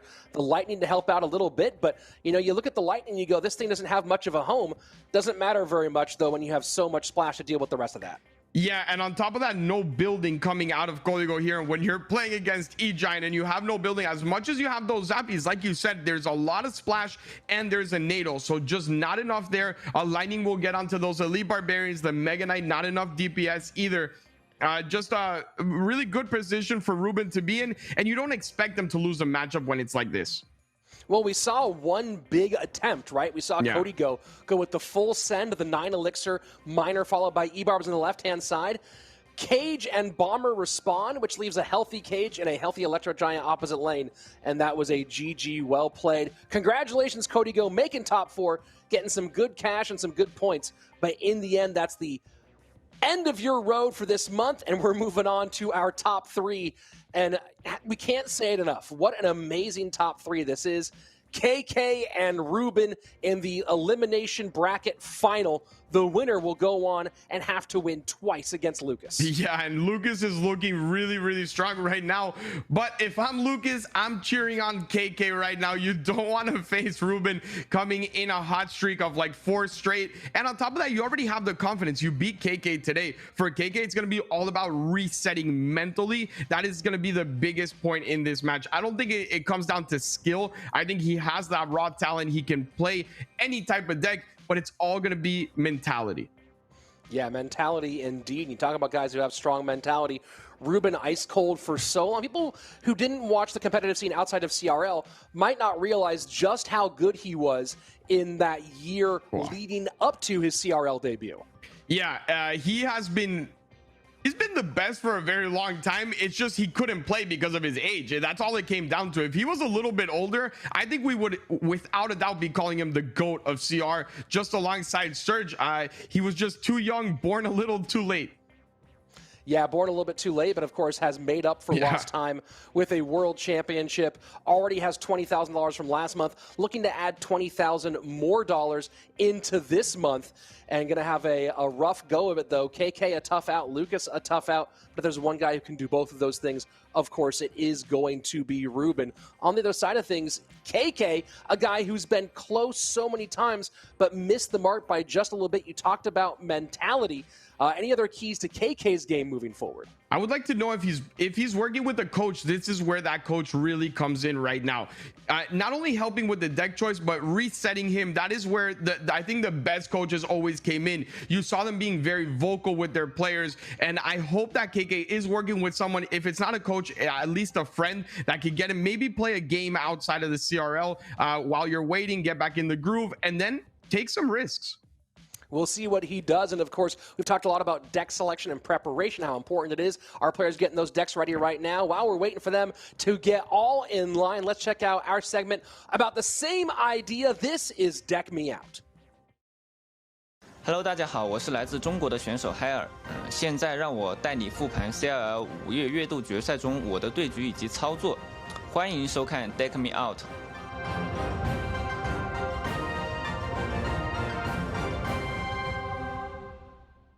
因为第一把我皮卡锤抓到了他那个推进了嘛，然后第二把我想他应该还是会用推进，因为我皮卡用过了，他可能会继续用推进打我。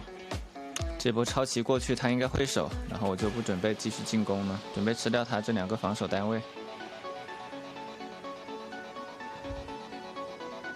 他直接游侠加飓风，但是有点亏费的，然后这波我可以挖矿工。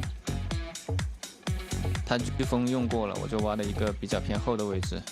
他这波机甲炸弹兵都交出来防守，那肯定手上没什么费了。游侠桥头蹭一点血量，然后游侠他还得解，他解完我用房子再吃回来。他直接选择卖血了，那他卖血我就立马做房子。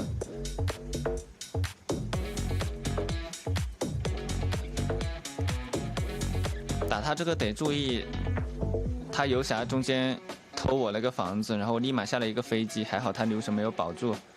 这波他游侠送掉了，然后飞机还没有被解掉，他大电劈了我3个小电车，那他这一波应该是没费进来了。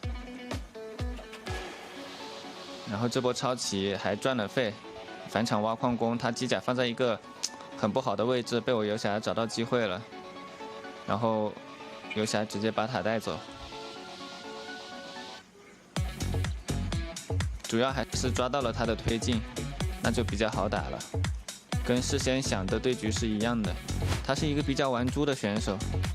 然后我第2把有带一个渔夫去勾他的野猪，但是因为提前提交卡组的这个缘故，这套带渔夫的卡组解猪虽然效果不错，但是进攻稍微有点匮乏。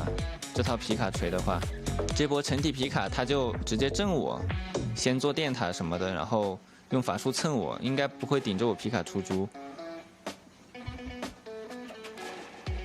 我只能想办法打2路啊，左边成体一个锤子，然后幽灵去进攻他那一边。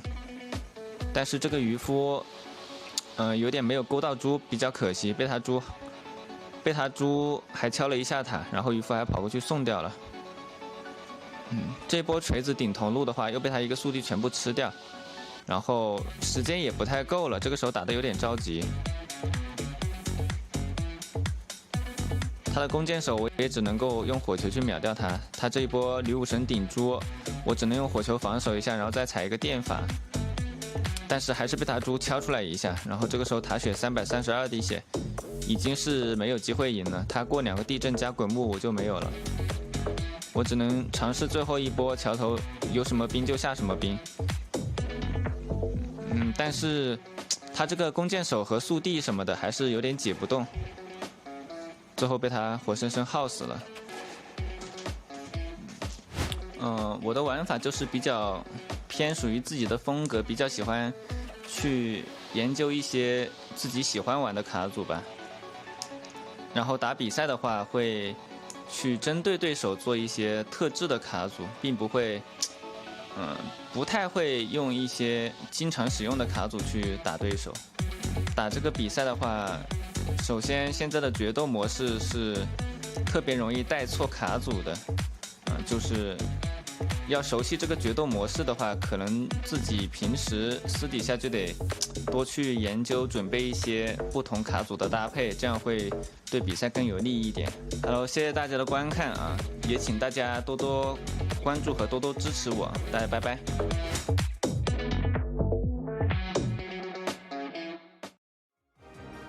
And there you have it. Love watching a mind as sharp as Hires talk his way through a game, breaking down the ins and outs of it. One of the longtime top-tier pros out of China and Hire. Andrew, good to see you. Welcome back. You know, you didn't get to cast Lucas versus KK in that winner's bracket final, but, you know, I think maybe you'll be happy with what we have left remaining. Coming up, Reuben versus KK, and the winner of that goes up against Lucas. You can't ask for a much better top 3.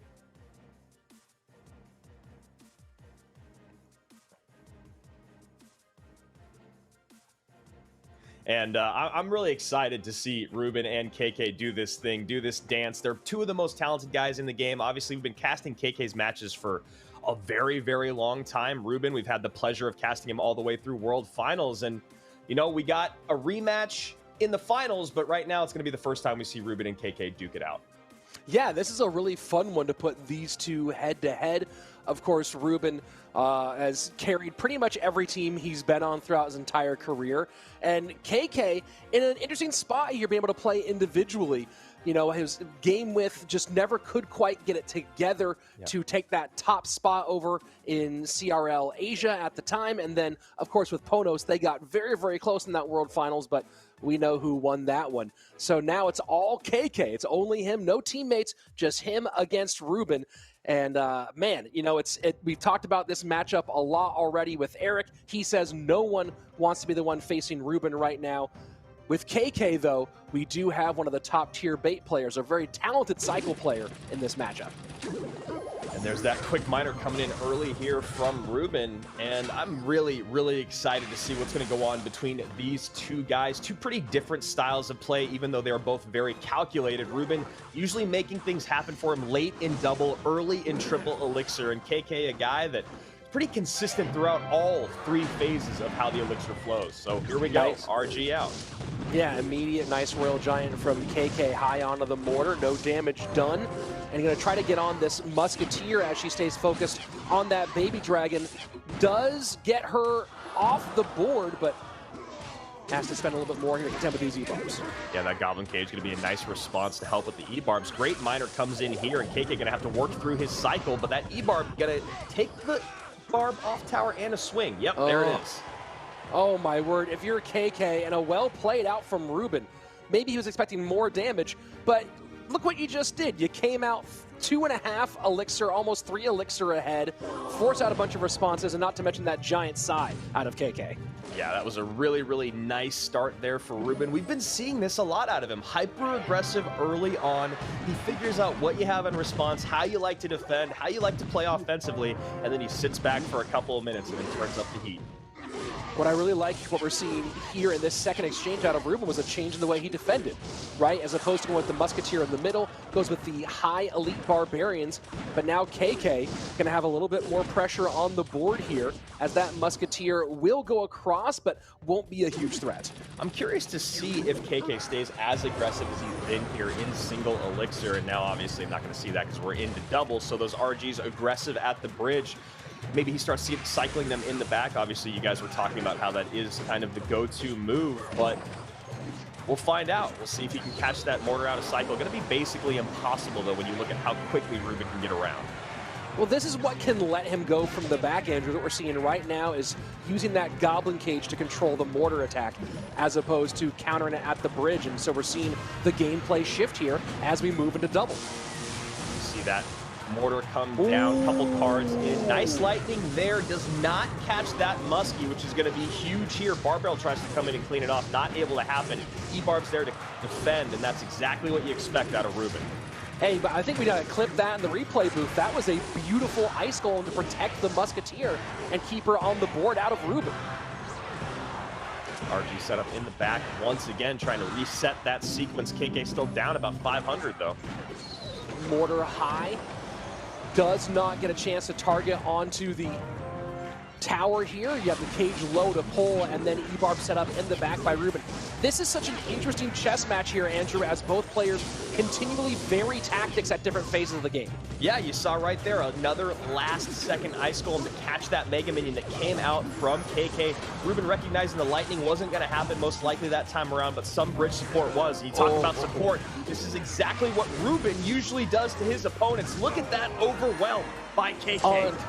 Unbelievable. What a turn there by KK. It looked like Reuben had this. He had 2 brilliant plays out of Reuben, right? You have the Miner early on that supported the E-Barbs pushing out that one shot, got a huge elixir advantage, and then the great protection, that great lightning play. And this is the end of that first one. You had Reuben playing completely lights out gameplay, but KK with some excellent decision making later on that got him the victory. I think the big issue there at the very end was while that Ice Golem up high on the Muskie was great to defend from that Mega Minion, we might have needed to see what we're seeing right here is the Musketeer down a little bit lower. So maybe instead of getting the Ice Golem up high and supporting at the bridge, he starts another cycle again from the back. That way he's able to defend a little bit more on his side of the map, but just a massive overwhelm here. Low in elixir, the E-Barbs come down a bit late, and you wonder, again, was that overspend a bit earlier on the bridge battle the reason why he was left wanting of basically half to 1 elixir right there on defense?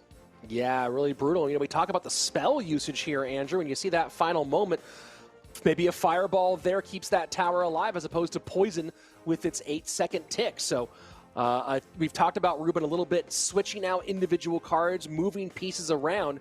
Does still have fireball for later in this matchup, but that's one of those moments where you kind of wish you had it at that exact second. I couldn't agree more. I've been trying to do the same thing, or at least in this meta that these guys are kind of playing in, which is, you know, a little bit of the old, a little bit of the new, minus the Goblin Drill, and I'd find myself loving the fireball, but wishing I had poison sometimes. But every single time I would swap poison in, it would turn into things like that. Whether you need that instantaneous damage, whether you need a little bit of a knockback, whatever it is, there's a reason why the fireball is the most popular spell in the game right now. And we even saw a Mr. Codigo use one in his final set. Well played in game number 1. KK with the advantage. Reuben now facing elimination in game number 2, and it's a Dark Prince in both directions. Yeah, facing elimination, $6,000 as his consolation prize, but as you were pointing out earlier, if they win this, or whoever wins this set, it becomes a minimum of 10 grand, which is a big, big step up. And we see an oops early out of Reuben, which is always interesting because it seems like Reuben knows that he's lost games before I even know they've begun. Yeah, I think we're seeing exactly why here. The moment he saw that princess, he knew there was no way that Inferno Dragon would touch it, and that was 4 free elixir the opposite direction. So now has to eat a ton of princess damage with the Rascals on that right-hand tower. Electro Giant doing absolutely nothing, and this is a devastating first minute of gameplay. I like what he does with the late Dark Prince because he sees the Spear Goblins come down, and maybe in his mind he thinks, maybe I can make something happen with this Dark Prince going coast to coast, but honestly it was just to stop the hemorrhaging on that right-hand side, and that is not how you want this game to start if you're Reuben, or this set. And the slow cannon cart goes for the aggressive bridge play, not as often seen these days as it was with the faster speed, but look at this, now nothing with the NATO out of cycle. Perfect recognition by KK, and that right-hand tower is completely shredded. Reuben calling good game already. The princess was, I think, sitting on the edge of the bridge, literally in the spot. I mean, it honestly looked like she was on Reuben's side of the map, but she was not. Edge of the bridge, baits out that Ice Wizard, then there's no elixir in hand, no spells in hand to deal with that Goblin Barrel on the right-hand side, and we've kind of celebrated how great KK is as a bait player in his career. We haven't seen a lot of it here this weekend, and right now he's putting it on the best in the world. I mean, I just don't think Reuben put KK on bait here. I don't think he did it, especially not this Rascals variation, and you saw that cycled Inferno Dragon. That was a huge, huge turn in the wrong direction for Reuben, and yeah, here comes Rocket. Just a little insult to injury, right? We talk about how kind of useless Rocket is in the meta right now unless you run into a Goblin Giant Sparky deck, or if you run into this beautiful pileup at the bridge. And you can see while Reuben is our former monthly champion, while he does already have almost $30,000 to his name in CRL just in 2021, it does seem this is where his road comes to an end this month here in June. 10 seconds left, a Rocket to boot, and that's going to do it. Yeah, I mean, you talk about deck picking, doesn't get much better on KK's side than it does here. Brilliant, brilliant choice, and a phenomenal win. KK moving on to game number 3 here as he gets things back, or moving on to our final here as he gets things back against Reuben, and we're going to have a rematch of our opening match from the day. One more piece of the puzzle falls into place for you, my friend. You called it 3 back-to-back matches between Lucas and KK, and we just might have that opportunity today, or not 3 back-to-back, but in the same day. And this was just beautiful stuff from KK top to bottom. Completely controls the game, recognizes what the deck he's going up against is, knows how to create pressure, and this is the princess I'm talking about. Look at where she's placed. She's still going to town on that left-hand tower, so that's why the Ice Wizard comes down. That's why there's no elixir for that, anything other than the bomber. And then, of course, we talk about the Rocket, its viability in this current CRL meta. Not really that effective unless, of course, you get a beautiful pile-up of an E-Giant plus Inferno plus whatever else at that point. It's all just value, and a beautiful set from one of the best bait players in the world. Yeah, this was just great. And you see so many times Reuben trying to use that NATO into the Electro Giant technique, but Cannon Cart is there every time on defense, and Cannon Cart, you NATO it in, still tons of DPS, and then, of course, it breaks down, becomes a building. This was a really, really excellent pick here by KK, and a great game, great play, recognition of important moments. But really, it all comes back to that first Inferno Dragon being cycled. The moment Reuben saw that Princess and the Rascals, he called the oops, and I feel like he knew it was game over. Yeah, and that's one thing that Reuben has done time and time again in his career. He can recognize his early misplays or his bad matchups. And, I mean, he obviously never gives up. He always tries to play through it, but he's just not able to put it together there. And that was the first deck that we just saw. And I believe we're going to take a look here at deck number 2. Nope, we're going back to the number 1. We can skip to deck number 2. There it is. And this is exactly what we were just seeing, just exactly what we were just talking about. A very kind of unorthodox deck here from Reuben, which is perfect because, as Eric mentioned before, he likes to take on meta decks and shift a card or two out. On the other side of it, what we're seeing from KK is also a bit of an off meta. We're seeing this double bait, or we're seeing bait back in the current meta, but it has Prince in there. We're seeing Goblin Barrel. We're not seeing Rocket. We see Tesla. So it's a little different, but nice adjustment here for CRL. Well, you look at it too. Reuben's been running a bit of Lightning, and you see how bad Lightning is in this matchup. Dark Prince, Cannon Cart, Rascals. There are just so many troops here that make Lightning an absolute nightmare on Reuben's side. So, you know, we don't see a lot of bait in the game these days. We definitely don't see a lot of bait in CRL these days. But KK, a longtime bait pro, going with it at the exact most opportune moment. And now he's going to move on. Guaranteed $10,000. He does have a tough journey, though, because keep in mind, this is the lower bracket final. He moves up to the grand final, but because of our format, Lucas still has a life to give. So Lucas needs to just win one best of three. KK has to beat Lucas and then beat him again if he wants to be our June champion. Yeah, and that is a tough order to call in right now. Lucas has been so clean, but you got to imagine KK is riding high. It's not every day that you get to 2-0 our former world champion in Reuben, and while he was down in the elimination bracket, you talk about all the work that you have to put in. He joined the elimination bracket very late into the tournament, so he only really had to deal with Reuben as the big hill to climb, and that's a massive hill to climb. But now he has to go back to Lucas, the man that sent him down there, the man that sent Reuben down there, and the man that has been untouchable all weekend long. Lucas X Gamer from Brazil. I really don't know where to go on this matchup, Rich. Well, you might not know, Andrew, but I'm sure people watching at home have their opinions. Now's your chance to get in the game. Go ahead and vote right now in the chat. Hashtag KK or hashtag Lucas. Who do you think will be our June monthly champion? Of course, Lucas does have that advantage of the life to give, so maybe that should factor into your vote, but KK just showed not only can he crush it, but he's getting unpredictable here in these later stages. Very curious to see how these polls come out here in just a couple minutes. Couldn't agree with you more. And a couple people to help us out. We're going to bring back Eric. We're going to bring back Josh for our new Triple Crown segment where all four of us get to hang out. We get to talk through it. And honestly, I'm just going to be quiet. I want to hear what these geniuses have to say. Yeah, that was a lot of fun to watch. First off, I did not expect that. And I don't know, everything I predict just goes the wrong way this weekend. So I'm going to stay away from the predictions. And I just want to say, really, that log bait coming out of KK is so smart, not for that match, but for now. Now Lucas has to say, okay, I got to respect it. He's actually going to play it. This is super, super smart play, smart strategy out of KK. On top of the fact that he won the game, now Lucas had no factor of that. And now he actually does have to take it into account. Yeah, I mean, he used log bait, and then game number one, he also used RG, which is something that he's also been known to be phenomenal with.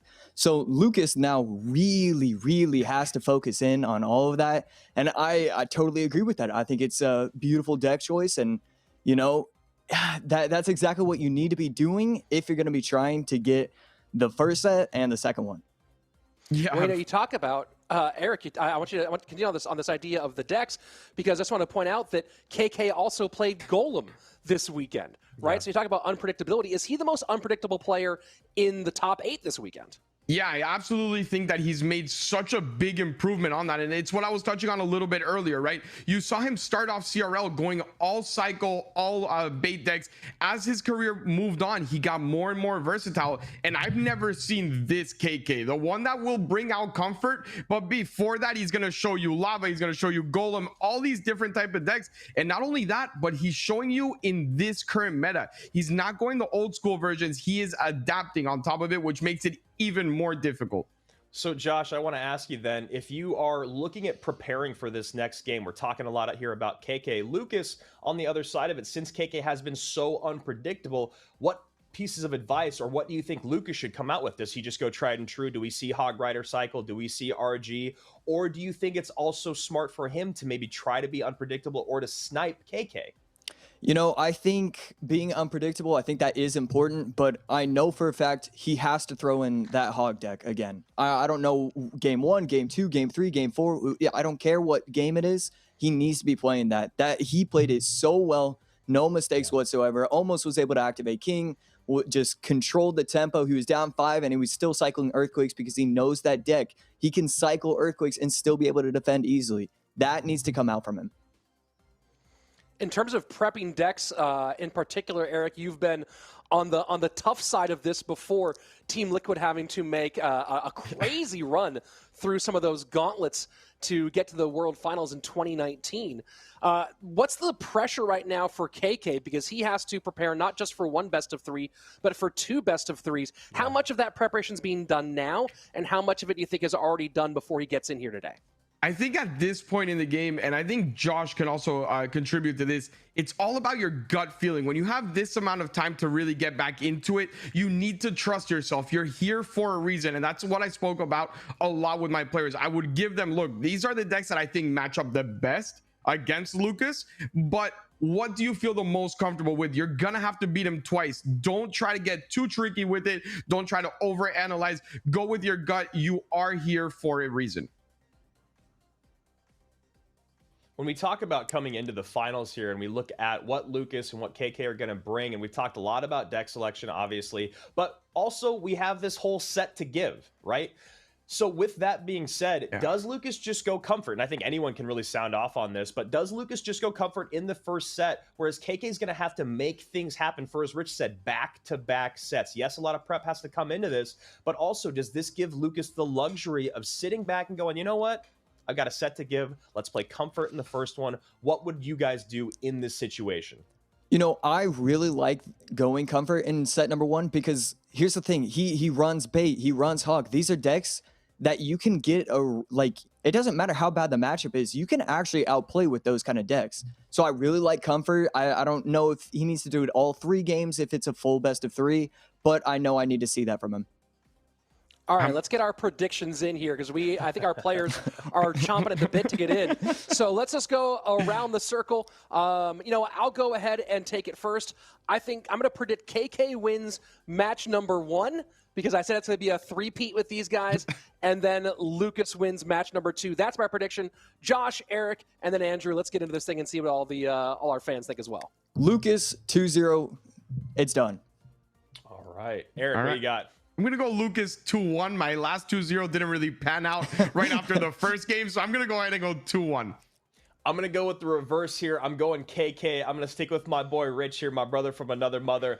Eric, Josh, it's been such a treat. It's been so great to hear your guys' insight. Thank you so much. We're going to say goodbye to you for the rest of the weekend. And as we say goodbye to Eric and Josh, we're going to bring on our polling results from all of you guys watching at home. I'm excited to see. We have kind of all the way across the board, right? Split right down the middle. You and I going KK, Eric and Josh going for Lucas. And it looks like everyone watching at home, what do they got? Wow, going for Lucas, going for the favorite, going for the guy that only has to win 1 set. And, well, Rich, you and I have been wrong many times in the past. Sure. Well, there's a lot of the Brazilian fans watching in English to, I guess, brush up on their English or whatever. So they're here, and I think juicing the line a bit. The Japanese fans maybe not watching the English broadcast quite as much. So that's, I think, what we'll give it for a 60-40 matchup, 65-35 matchup, because for me, this one is razor thin, pretty much right down the middle. Trying to predict this one is like trying to predict the rain on a sunny day, right? Like, what are you going to do in that situation? But it's going to be a pretty good one. We both called it. KK takes game number 1. Who do you think takes match number 2? I mean, I think when it comes down to it at that point, KK's a veteran. He's been in the league longer. He's dealt with these situations in his career. He's lost at the highest level a lot of times. And I think those moments, those really tough moments, make it so that these moments are maybe just a little bit less, you know, daunting, right? Whereas Lucas, he's a guy, I already saw his tweet. He's talking about how nervous he is for the finals. He's so grateful to be where he is right now. But, you know, the nerves are there for him. He's young. He's a little bit less experienced. And while he is incredibly talented in what we've seen him do in the Queso Cup, this is CRL, baby. This is the top of the line. This is the NBA, the NFL of Clash Royale. And with that much money on the line, I mean, I don't know if I've ever had 5 minutes of my life, Rich, to decide between $20,000 or $10,000. I know that I haven't had 5 minutes of my life that do. Yeah, I think the only time that might have been the case was our audition to be CRL casters. Yeah. You're like, hey, just don't mess this up. Other than that, no, a competitive moment where you're like one slip of the finger could change everything. No, I don't think that I've ever been in that position as well, especially not at that young of an age, right? You're talking about Lucas, who was just old enough to get into the league last year, right? Young guy. KK, though, on the other side of it, as you mentioned, has been here tons and tons of times before at all different phases of the game, live, in person, in front of crowds, online. He's done all different variations of it. So we'll see again how the nerves work. Although I will say, Andrew, we've seen some big breaths coming out of KK.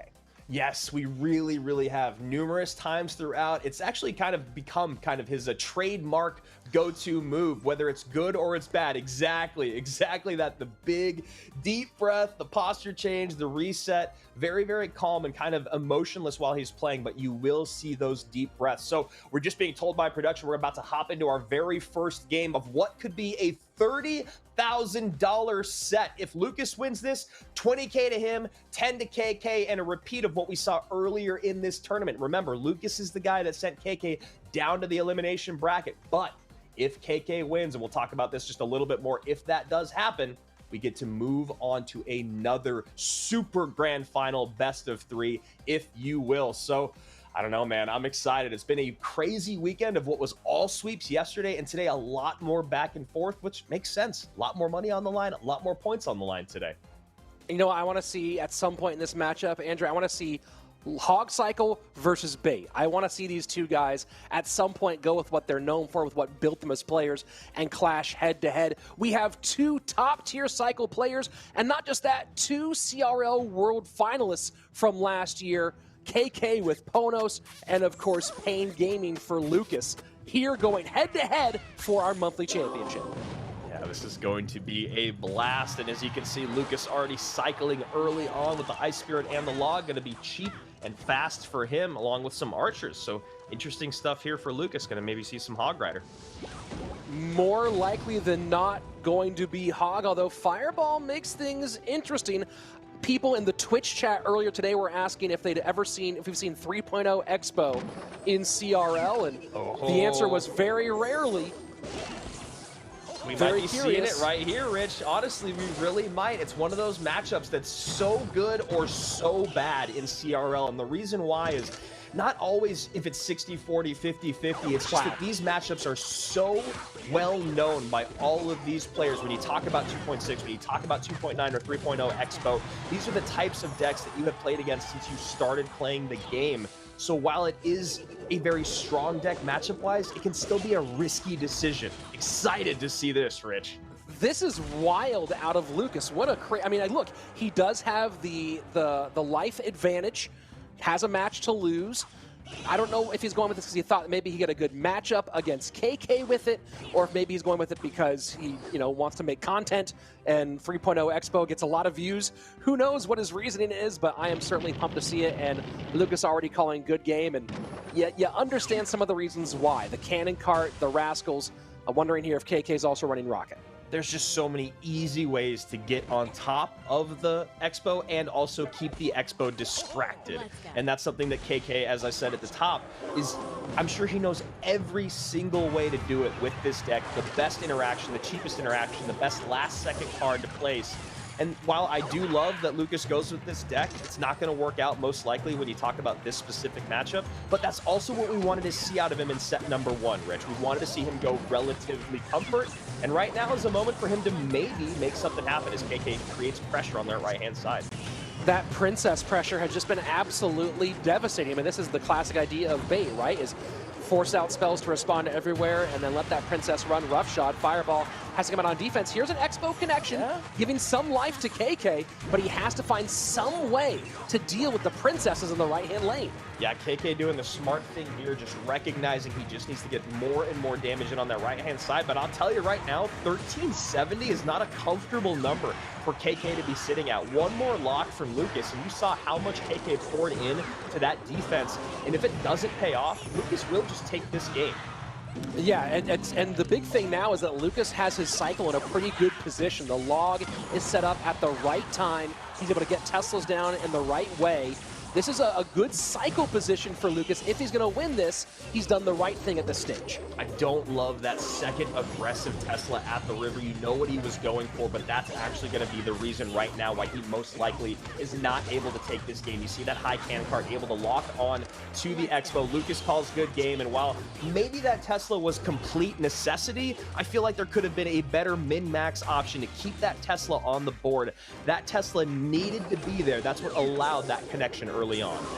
And this time, high Tesla to deal with the Princess, and just spell cycle now coming in from KK. Sets up in that lane, and he does have both angles, both options, and there we go. We do see the rocket onto that Expo, and that's why you saw Lucas going, oh, this is probably over, knowing that rocket cycle is not far off. Yeah, and we see right now KK going to be happy to log and rocket cycle, or log cycle until it gets into rocket range. Now going to try to deal with this Expo again. Nice catch there with the archers. Log going to clean up those rascal girls, but again, that cannon cart, nice stuff. But Rich, look at that knight on the right-hand side. Yeah, did some work here. Lucas has to get a couple more defenses in. Not comfortable just doing spell cycle quite yet. Oh, but that's going to be it. Yeah. The snowball in, recognizing it wasn't going to be the log. Very, very well played. KK takes game number 1. So there's a few pieces to this equation that I think you and I can break down. One thing is Expo and competitive CRL, it's a coin toss in the sense of you're either going to get a bad matchup, or you're going to get a good matchup, or you're just going to lose the game. The other part of that is that this is what we wanted Lucas to do, right? Go to comfort, go to something that could either give you a 100-0, or it's okay to drop a game here. He ended up making this a lot closer than I think we thought it was going to be. But the last piece of the equation I want to bring up, Rich, is does Lucas's mental fortitude stay strong if he does drop this set? The whole idea of playing this deck is, look, it's okay if I lose this set, but once you actually lose that set, does it feel different than you had in your mind? Yeah, I don't know. That's been the question with Lucas, right? I mean, we talk about his entry into CRL last year where he struggled in that fall split playing head-to-head gameplay, did not play at the level we expected, and then his switch to 2v2 ended up being a complete game changer for Pain Gaming overall. And it's a question of what kind of leaps and strides has he made. He comes in ultra confident to this weekend on a very, very hot streak, but all that can go out the window when you find yourself facing that final best of 3. And speaking of that final best of 3, your premonition, I believe, from yesterday is one step closer to coming through, my friend. KK and Lucas, one set in the books, another set looking like it might go in favor of KK. As of right now, obviously, we're only one game into the best of 3, but that would give us 3 KK-Lucas matchups on this Sunday, this glorious CRL Sunday. 30 grand up for grabs. KK back on camera, thank goodness, because there it is. There's that lovely trademark deep breath that we missed in game number 1. Very curious to see what Lucas does now. I mean, keep in mind, he didn't just play 3.0 Expo, but he played the pieces of Hog Cycle, right? Yeah. So the deck that he usually goes to when he wants to get an outplay isn't available for him. No Tesla available, no log available, and also very important here, Fireball not available, and immediately you see a bunch of Fireball bait come out. Exactly, Rich. Great call there, and that's exactly what you should do if you're KK. You see what came out in game number 1? Awesome. I know that I could do log bait. I know that Fireball value is the key, though. When you talk about what's strong in the meta right now, if you could pick or choose, you go for someone and you go for the advantage over the Fireball not being in play. And Lucas looking like he might be going double witch here. And KK showing Electro Giant, but with the kind of unpredictability he's had so far, this could be Goblin Giant at this point. It's probably not. There we go. There's the Electro Giant. And with a nice, healthy Inferno Dragon behind, and I don't think anything to get on the Inferno Dragon from the opposite direction. Yeah, I really like that aggressive Electro Giant. Usually not the best decision in single elixir, but he knew that he had to deal with those 2 witches. So what happens? A P.E.K.K.A comes down, and now KK having to deal with all of the repercussions of that push dying and the Mother Witch staying alive. Yeah, I mean, you have, oh boy, bye-bye. Wow. Yep, Adios that's it. Tower, hello Lucas winning game number 2. Double witch, double witch, double witch. It is so freaking strong right now. What do you deal with, the front end or the back end? And you saw KK goes, all right, I'm going to deal with, I guess, the front end. I'm going to deal with the Night Witch. So I'm going to go aggressive Electro Giant. What's there? A P.E.K.K.A to respond. You pour it on after that. A beautiful tower take here from our tournament leader, Lucas X Gamer. One bat got to that Inferno Dragon very early in the push with the Electro Giant in the right-hand lane, and it was just enough time to buy a lot of room for the P.E.K.K.A to get the Electro Giant out of the way. And you're seeing here the poison being used on the back end. This is just very, very nice gameplay out of Lucas. Other part of that, Rich, is something that I love hearing Eric and Josh talk about because they played at the highest level, is mass. Unit mass, unit density is a really, really big thing. And what happened with that interaction you're talking about was when that P.E.K.K.A came down, the Inferno Dragon immediately locked on, but then the Electro Giant pushed the P.E.K.K.A away. Then we get what you're talking about, the reset on that bat, and that is just an interaction gone poorly for KK, but it was caused by his own truth. That E-Giant is such a thick boy. He pushed that Mama P.E.K.K.A away, and that is why we see Lucas coming back here in game number 2. Well, Lucas doing a great job in this matchup. Look, 3.0 Expo, call it a good idea, call it a bad idea. But so far, we're worried about KK being, or talking about KK being unpredictable coming into this one. Lucas has been completely off the charts. Yeah. 3.0 Expo, now double Witch Graveyard, just things you don't expect from him in these moments. I love this double Witch Graveyard deck so very much. We saw it a lot in Game Stars because it was the old meta. Goblin Drill not here in CRL, so you're living in both worlds. And this deck still, with Fireball being the most effective spell or the most used spell in the game, it is so difficult to take both of those witches out. This is one of those instances where you talked about wanting to have a poison. You really wish you had poison going up against the double witch, but then you have to deal with the graveyard. Such a beautiful deck. Talk about decksmanship. This is one of my favorite in the meta. Here we go. Game number 3 on its way in just a couple moments. Tied up 1-1, and this could be a $10,000 game. Lucas a chance to win the championship and 20 grand right now. KK with one very important game, hoping to extend this one to a super final. Again, Lucas has a life to give, KK on the elimination. So that's the stakes right now between these two. And so far it's been Lucas who's unpredictable. KK, I'm wondering what he has in the tank for game number 3. I mean, at this point, we've seen Lucas run Poison, we've seen him run Fireball, and we've seen him run Log. I actually think that going to something like Bait could be pretty strong right now. And the other thing is what that leaves available for Lucas spell-wise, I believe is probably his his go-to in Earthquake. So what does he pair with Earthquake? And well, we see a Miner come out. Not sure right now. KK does still have Fireball remaining, played Rocket and Snowball game number 1, NATO Lightning game number 2. And Miner plus Inferno Dragon, could we be going in a Lava Miner direction, Flying Machine down as well? Yeah, I mean, we usually, whenever you see Miner, wow, and a missed Fireball, that is not good. KK gonna have to just min-max here, eat the damage on the right-hand side, and make sure this Inferno doesn't take his tower on the left. When you see Miner plus Inferno, there's usually 2 decks that you think of, right? There's that Mega Knight Zap Bait version, which is not very popular right now with Skeleton Barrel. Or, as you said, Rich, maybe he's going to the skies, and there it is. There we go, Lava Miner. Now, we kind of saw 2 misses there. The Flying Machine didn't get put in the exact right spot to stop the Miner damage.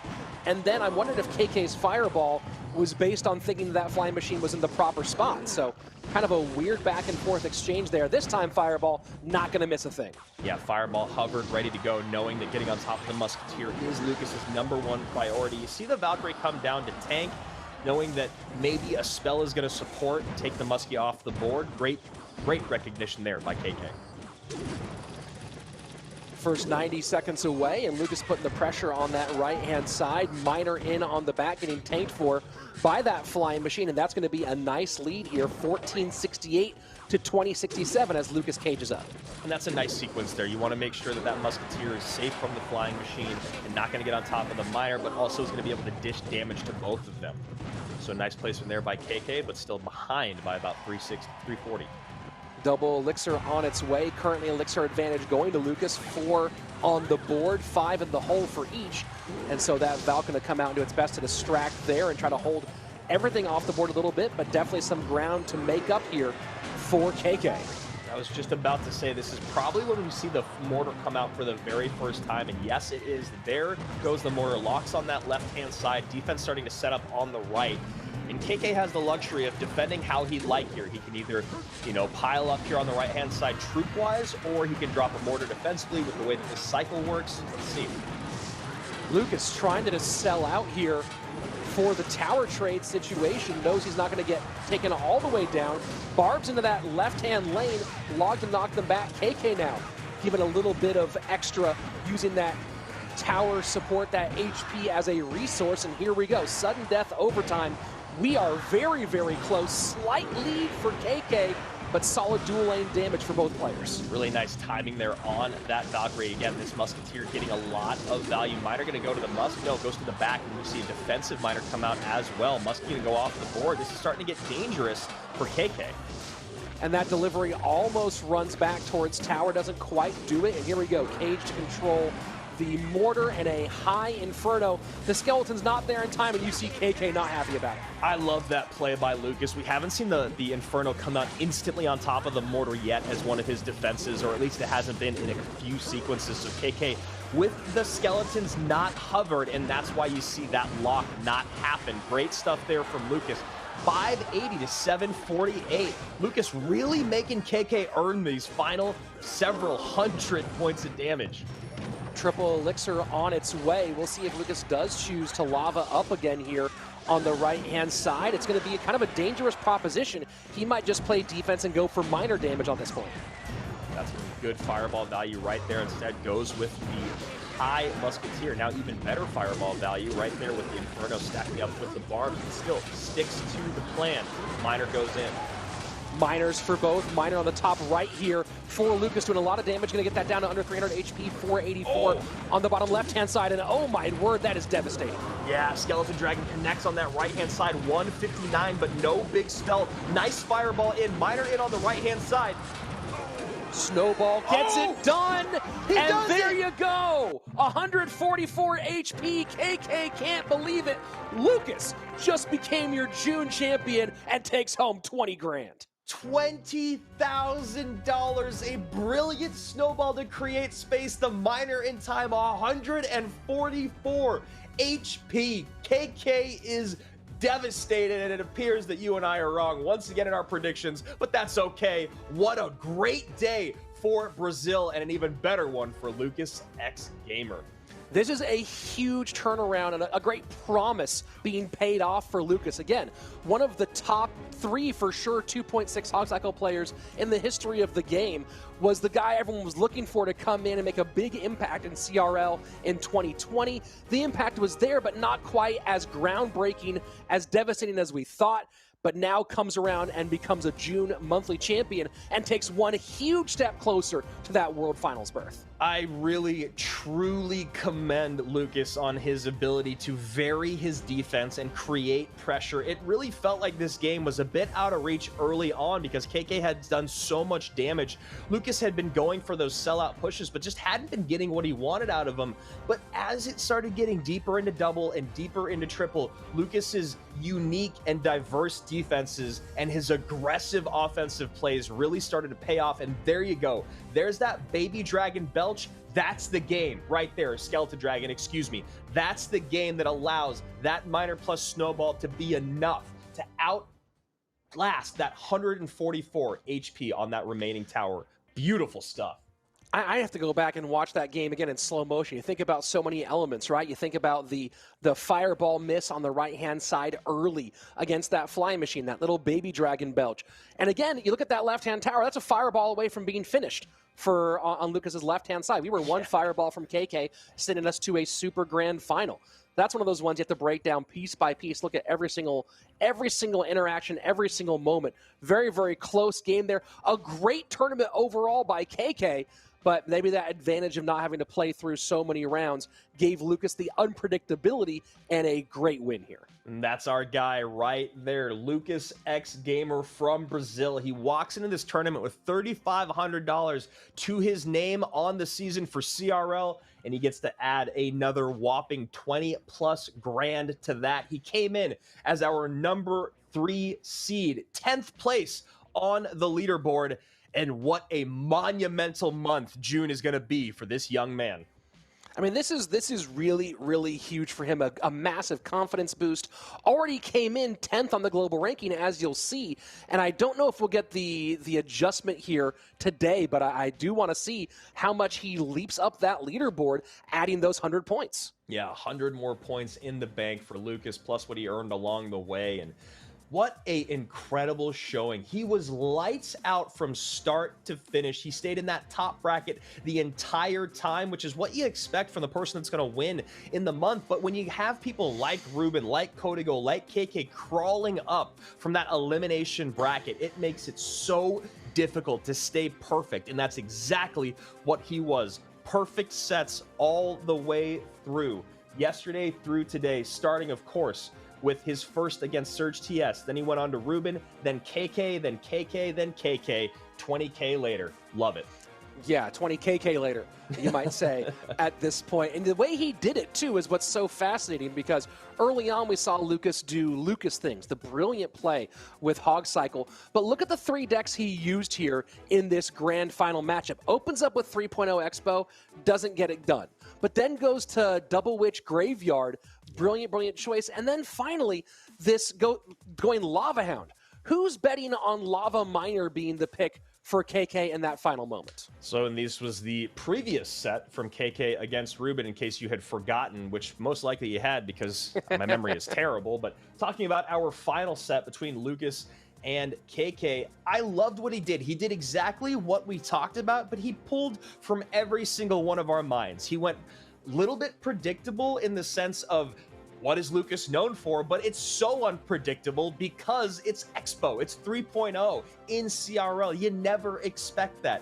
Then you stay unpredictable. That gives you an advantage in game number 2. We haven't seen him run that P.E.K.K.A. Double Witch deck. It really does pay off, and I really love seeing that versatility from our boy. Here we go. Let's take a look at these numbers, and not bad here for Lucas.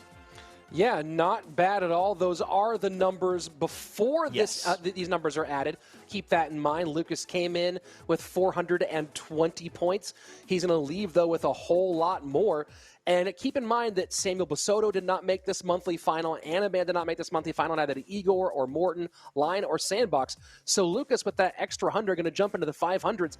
And depending on what Viper and Reuben did, that may be enough to walk away with second place.